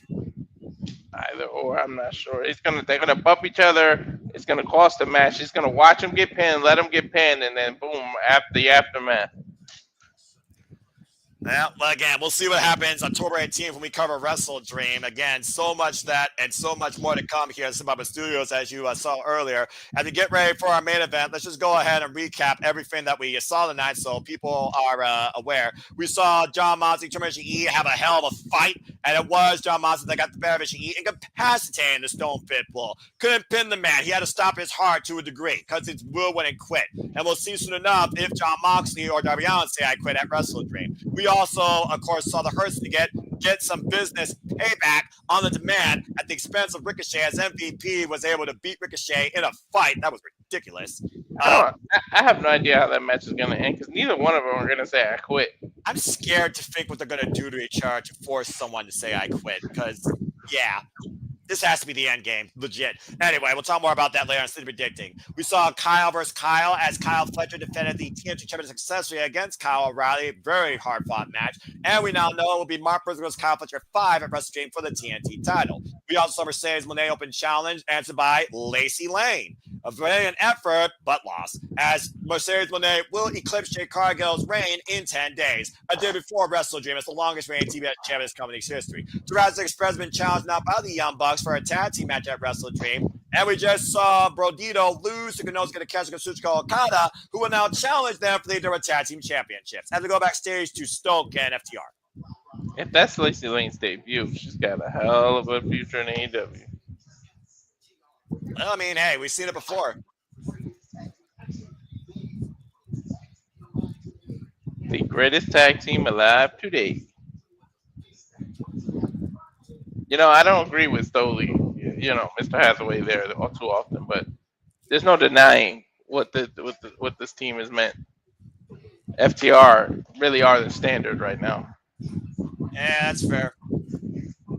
And there you see Penelope Ford and Megan Bayne. Well, to control yourself. I'm not. I'm not. That's James that goes gaga over these two. Fair enough. It's a lot of women, though.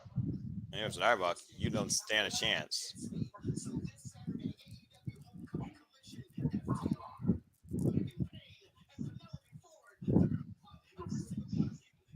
You don't stand a chance. Dude, she towers over every woman in the division. But as again, just stand alongside her. You see that. I'm going backstage with Nate Paquette. This Again, Bandido. it's official. Brodido right now. Force the fans not go their way.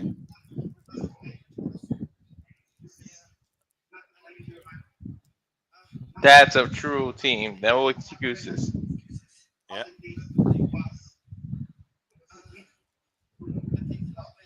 Things happen. Oh, it's supposed to be because of me.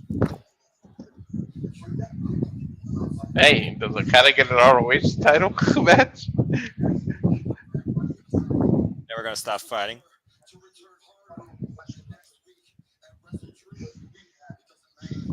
Can I just get to Wrestle Dream already? I'm ready to call this paper. This paper looks fucking incredible. I tell you, can we press fast forward in life sometime? You know, if only we could.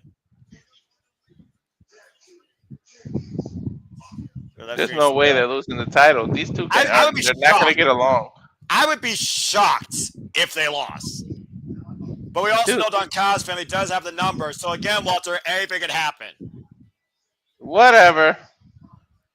Of course, first experience runs Cassidy with the pixelated Titantron. Let's see if the Titantron actually holds up this time or doesn't break. Good grief. It's barely legible. I can barely read it. Come on, Orange. You got at least $10 in your pocket. Can you at least give us some legible text? Damn, 99 and 30 in his career? Yeah, one of the biggest singles wins records in AEW history. Beat Pac, of course, for that international title back in 2022. Again, their first match goes all the way back to Revolution 2020 that put both men on the map. Well, at least his Titantron didn't crash this time. And, of course, their other encounter was Grand Slam 2022, the first time he challenged Pac for what was called the All-Atlantic Championship. It was the follow-up in the Coca-Cola Coliseum that you just saw the date of, Walter, in October 2022. That Orange Cassidy started his illustrious reign as probably the most notorious AEW national champion in this company's history. Do they have the Young Bucks budget with the Titantron? Because sheesh. I mean, you said yourself with Orange Cassidy, it's whatever. Now remember what Pac said. Pac said it's been 6 months since I've been able to let go of pent-up frustration. And it's also been about 6 months since we've seen Orange Cassidy return back to the ring. He said, one-on-one, no Death Riders, me and you. Dude, he even got different gear. Different bastard tonight. Looking to unleash hell on arguably his greatest rival. You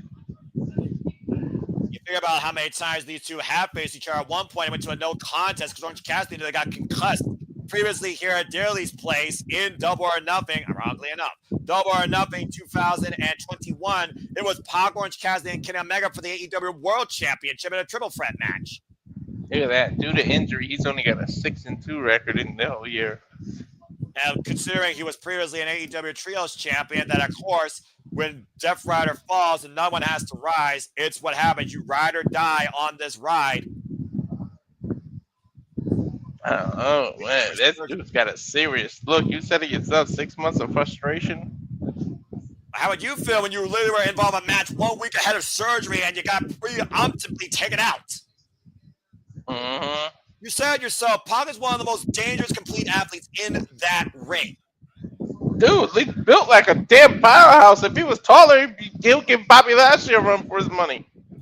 Pac, of course, 39 years of age, 21 years in the game. Previously was All-Electric Champion, the inaugural All-Electric Champion for 108 days before he lost it to Orange Cassidy. Referee of this contest, Bryce Rensburg. Is his hands going to be in his pocket or what? About to say, how serious are we going to take this match tonight on both halves? I know Pac takes it very serious. Well, he's the one that asked for the challenge. And of course, we saw Orange Cassidy just challenge Kyle Fletcher for the TNT Championship last week, Wednesday, at the anniversary, where Kaun appeared and cost him. And speaking of AEW, talk about things we're going to cover. Let's not forget, Walter, Blood and Guts, Wednesday, November 12th, and the women will go to war inside that structure in Greensboro, North Carolina. Over the hands in the pockets immediately, to your point. And again, Orange Cassidy, so elusive. Pac very familiar, though. If anyone's familiar with Orange Cassidy more than Pac, I would love to know who. Right? With the mental games and the physical games. Great hammerlock underneath. Oof. Just tossed to the side. Dude, look how he just picked Cassidy up. Yeah, to your point, Pac has really toned down since we last saw him as well. Mm-hmm. He's not rushing into things either, considering he was once the man that gravity forgot. He was probably non-stop against Will Ospreay last year at All Out. And there's those kicks. Those lazy, lackadaisical, dangerous kicks in the business. Oh. Pac is not taking that. It's that headlock. That was an in-and-out roll, by the way. Very unique by Pac. Don't remember him doing that before. Charles, this is literally the main event. Big shoulder block here. Again, we might have an overrun here, but buckle up for the next 15 minutes because you know how much these two can go. That headlock takedown by Pac, dropping Orange Cassidy here. What do you think Pac's looking for in beating his greatest rival here tonight? If he was to get the win, Walter, what do you think Pac's looking for? A new start. I think you start new by getting rid of old baggage. So he's trying to fight his biggest rivalry, get rid of him so he can start a new chapter. I mean, 6 months of your career, of your life, of your livelihood just taken away from you. You start back at square one and make your way to the top again. And Orange Cassidy right now with the head scissors. Again, Wrestle Dream stacking up. We know Darby Allin will take on John Moxley. First ever I Quit match. Practically 1 year ago, we saw Bryan Danielson die a warrior's death when the Death Riders took hold of AEW's World Championship and held it hostage. And Darby Allin was there and could do nothing about it. And it is now official. It will be the Young Bucks vs. Jurassic Express, and $500,000 will be on the line. Young Bucks trying to get that budget back. You're right. Talk about big money match. Those are your definition. How you feel about wrestling for $500,000? Yeah, dude, they literally had no fireworks last. Show was hilarious. $12. I mean, you called it yourself when you read that last thing. A buck and his money are soon parted. Boy, were they. And right now, both these men, neither are taking a part of each other right now. It's a great strategy by Pac to work the arm, the hammerlock behind. Of course, AEW is still part of the conversation here, using the hashtag AEW Dynamite on Hey, I agree with that tweet. Yeah, Tyler Tuesday. Pac graps, I like that. Again, sometimes a simple tweet of a conscious fan is the best thing you could do with your life. That Takeshita Okada versus Brodido match was awesome. Completely agree. And of course, you all are part of the conversation in the chat as well. We appreciate you all as always. Up and over. Whoa! Takes Pat down, deep arm drag. Very technically sound match here so far, Walter. Mm-hmm. Of course, you love scientific wrestling, technical wrestling here. And it goes to show that Pac is coming in here with a different demeanor, a different mindset, and a different style. The way he got out of that. Oh, jeez. Driven head first in the top turnbuckle. Orange Cassidy, of course, his third match since coming back also from pectoral surgery, lest we forget. He was also gone for literally 6 months. Mm-hmm. Both of them looking for a new chapter. And of course, Orange Cassidy also driven by the fact he has a fallen friend in hologram now. Orange Cassidy looking for the tope. Pac hooking him, though. Looking for that implant DDT and catching him. And hoist him up. Oh, God! Kyle took his ass out. Falcon Arrow on the floor. Yeah, that's the deal here. Stay tuned. Our main event continues. Full commercial break. Wrestling Quiet Picture in Picture on AEW Dynamite Tyler Tuesday. Fuck television. You gotta win inside the ring, man. Pinfall submission. Well, to that point, Walter, he is a Death Rider, and Death Riders, again, what did Garcia say? It's not about wins and losses. It's more about the mentality. What's the mentality of both men going into this match? More so Pac, particularly. I don't know. Pac, you got to think he's been soothing the thing about this shit for 6 months. Literally making a surprise return at the last pay-per-view, and now, wow.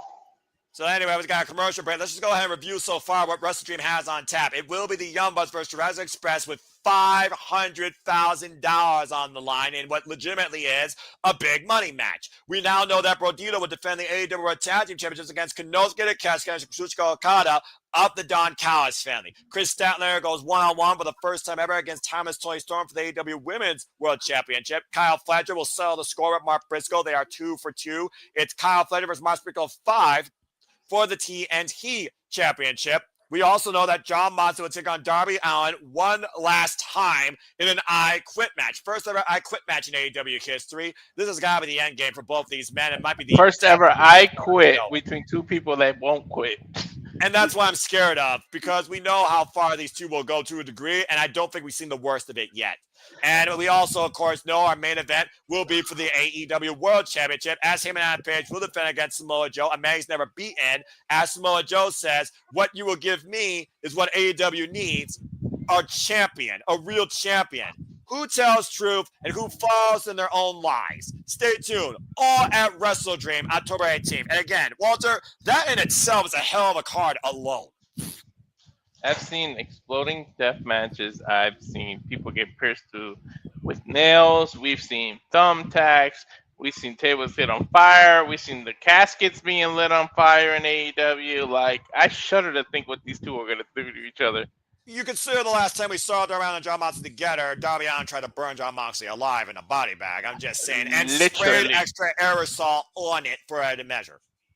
Literally. I'm just saying. I was actually watching Blood and Guts. Do you remember the last time Darby Allin was involved in Blood and Guts? He threatened to light a handcuffed scapegoat Jack Perry on fire unless the Elite quit. Oh, shit. Yeah, that's right. And remember, in that match, the only way to win is via surrender or submission. There is no pinfall. And for the first time ever, the women are going to go into freaking Blood and Guts. And here's Sky Blue asking if she could use fire. That woman was hardcore out of the womb. I love her for that. Like I said, I dig crazy chicks. I dig hardcore bitches. Bro, I can't even fathom or imagine what them two are going to do to each other. Like, oh, shit. Again, give me the October 18th. I'm already ready for this pay-per-view. Let's cover it. Let's fucking go. I'm just ready. I'm going to buy it next week, and I'm just going to get ready. I think the kitchen sink's going to be involved. You know what I mean? You know an actual kitchen sink. You know that old cliche, everything but the kitchen sink? Yeah, I think the kitchen sink's going to be involved. Well, whether our kitchen sink's involved or a glass of orange juice, we're back at our main event at AEW Dynamite on Tuesday with a missile drought kick by Pac, wiping out Orange Cassidy. Pac's first match back, might I add, from surgery.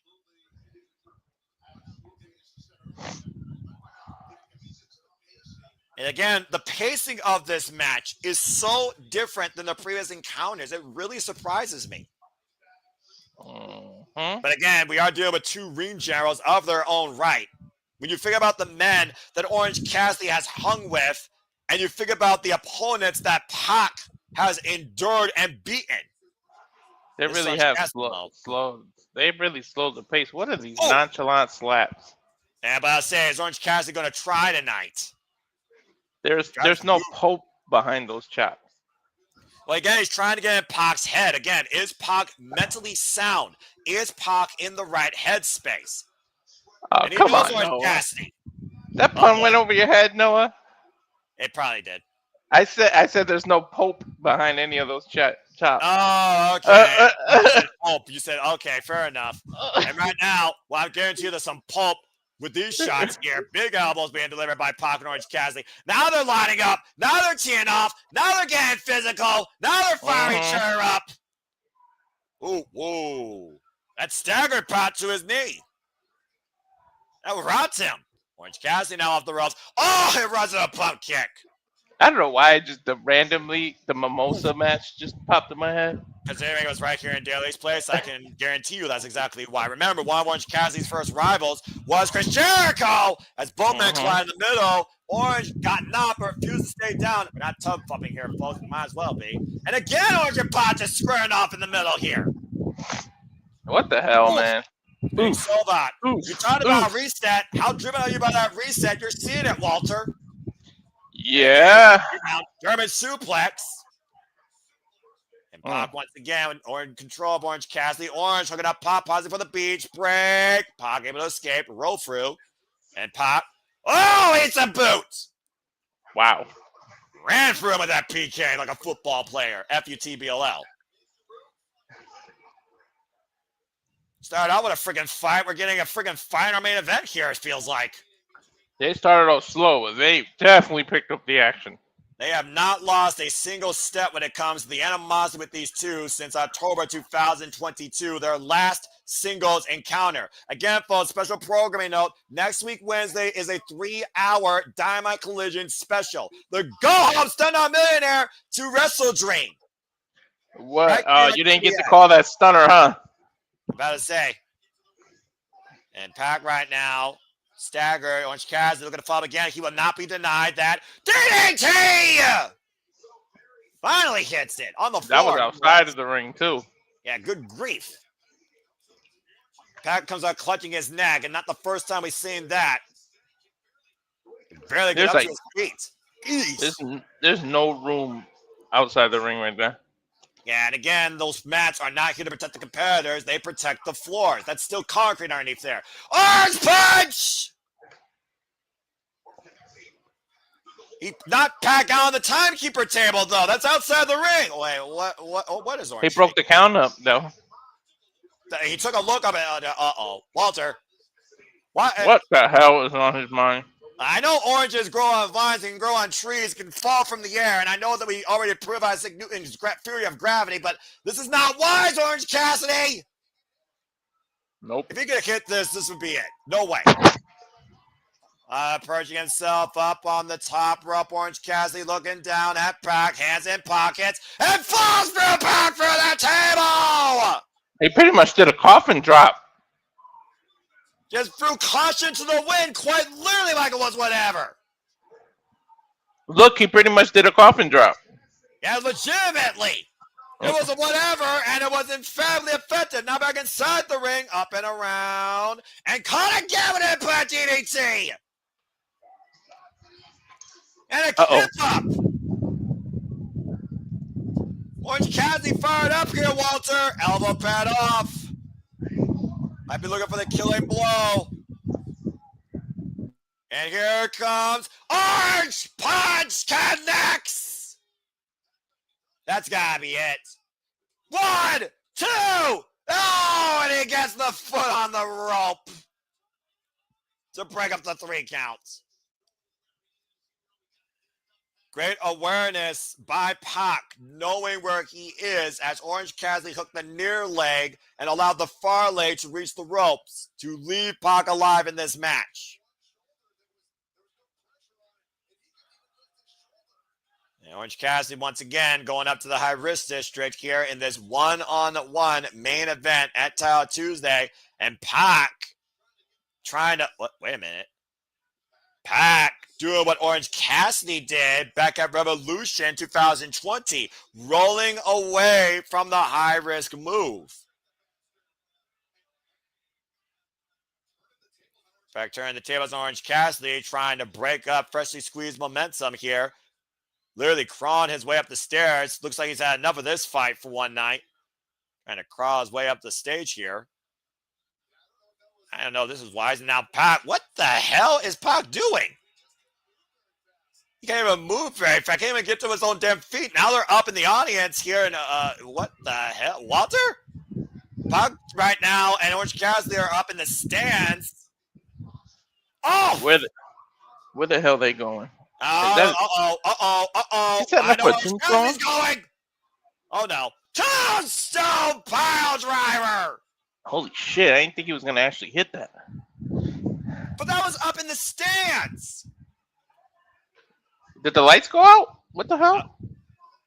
Right now, Bryce literally ran up there to check on Orange Cassidy as Pac grabbed the back of his head and neck. I think I hit a button on my remote. Hold on. Yeah, right now, I think Pac hit a point of no return. Wait a minute. What the hell? Darby Allin just handcuffed Pac's ankle to the barricade guard up the top of the stands. Dude, he cuffed his leg. The referee's starting his 10 count, by the way. Orange Cassidy is staggering his way back inside the ring, but Pac somehow broke free. I don't know how Pac broke free of those cuffs or how Darby Allin was able to find a way to freaking try and trap Pac. How is he exactly in that spot, huh? About to step denied, and Pac flies in, breaks the count, runs in though, roll through, reversal, the cover, cross line by Orange Cassidy, and Orange Cassidy gets it! Not what I was expecting. An incredible pin cross leg roll up. Orange Cassidy gets the better of Pac once again.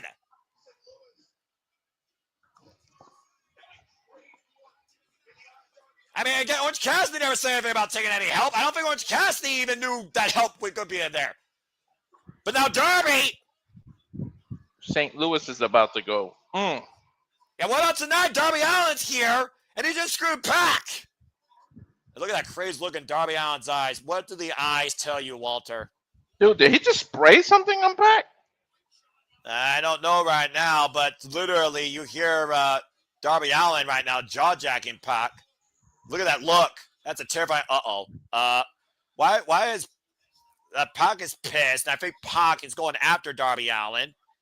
Darby right now running in front of the desk. Meanwhile, Darby. Oh, what the hell? See? Oh, okay. I got it ahead of you. He sprayed something, right? Yeah, he did. And there comes the other Death Riders. Yuta just tossed. Whoa, damn. Yeah, he just tossed Yuta to the side. What the hell is happening?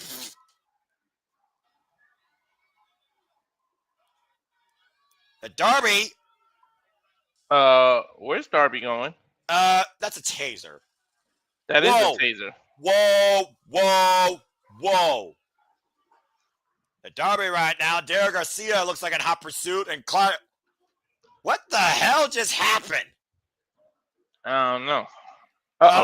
Clearly, Darby Allin still with evil intentions against Jon Moxley and his Death Riders. Again, we don't know what these two are willing to do to make the other say I quit, but clearly they're willing to use anything possible to try and make the other say I quit. Dude, he's got a muffin tail cocktail in his hand.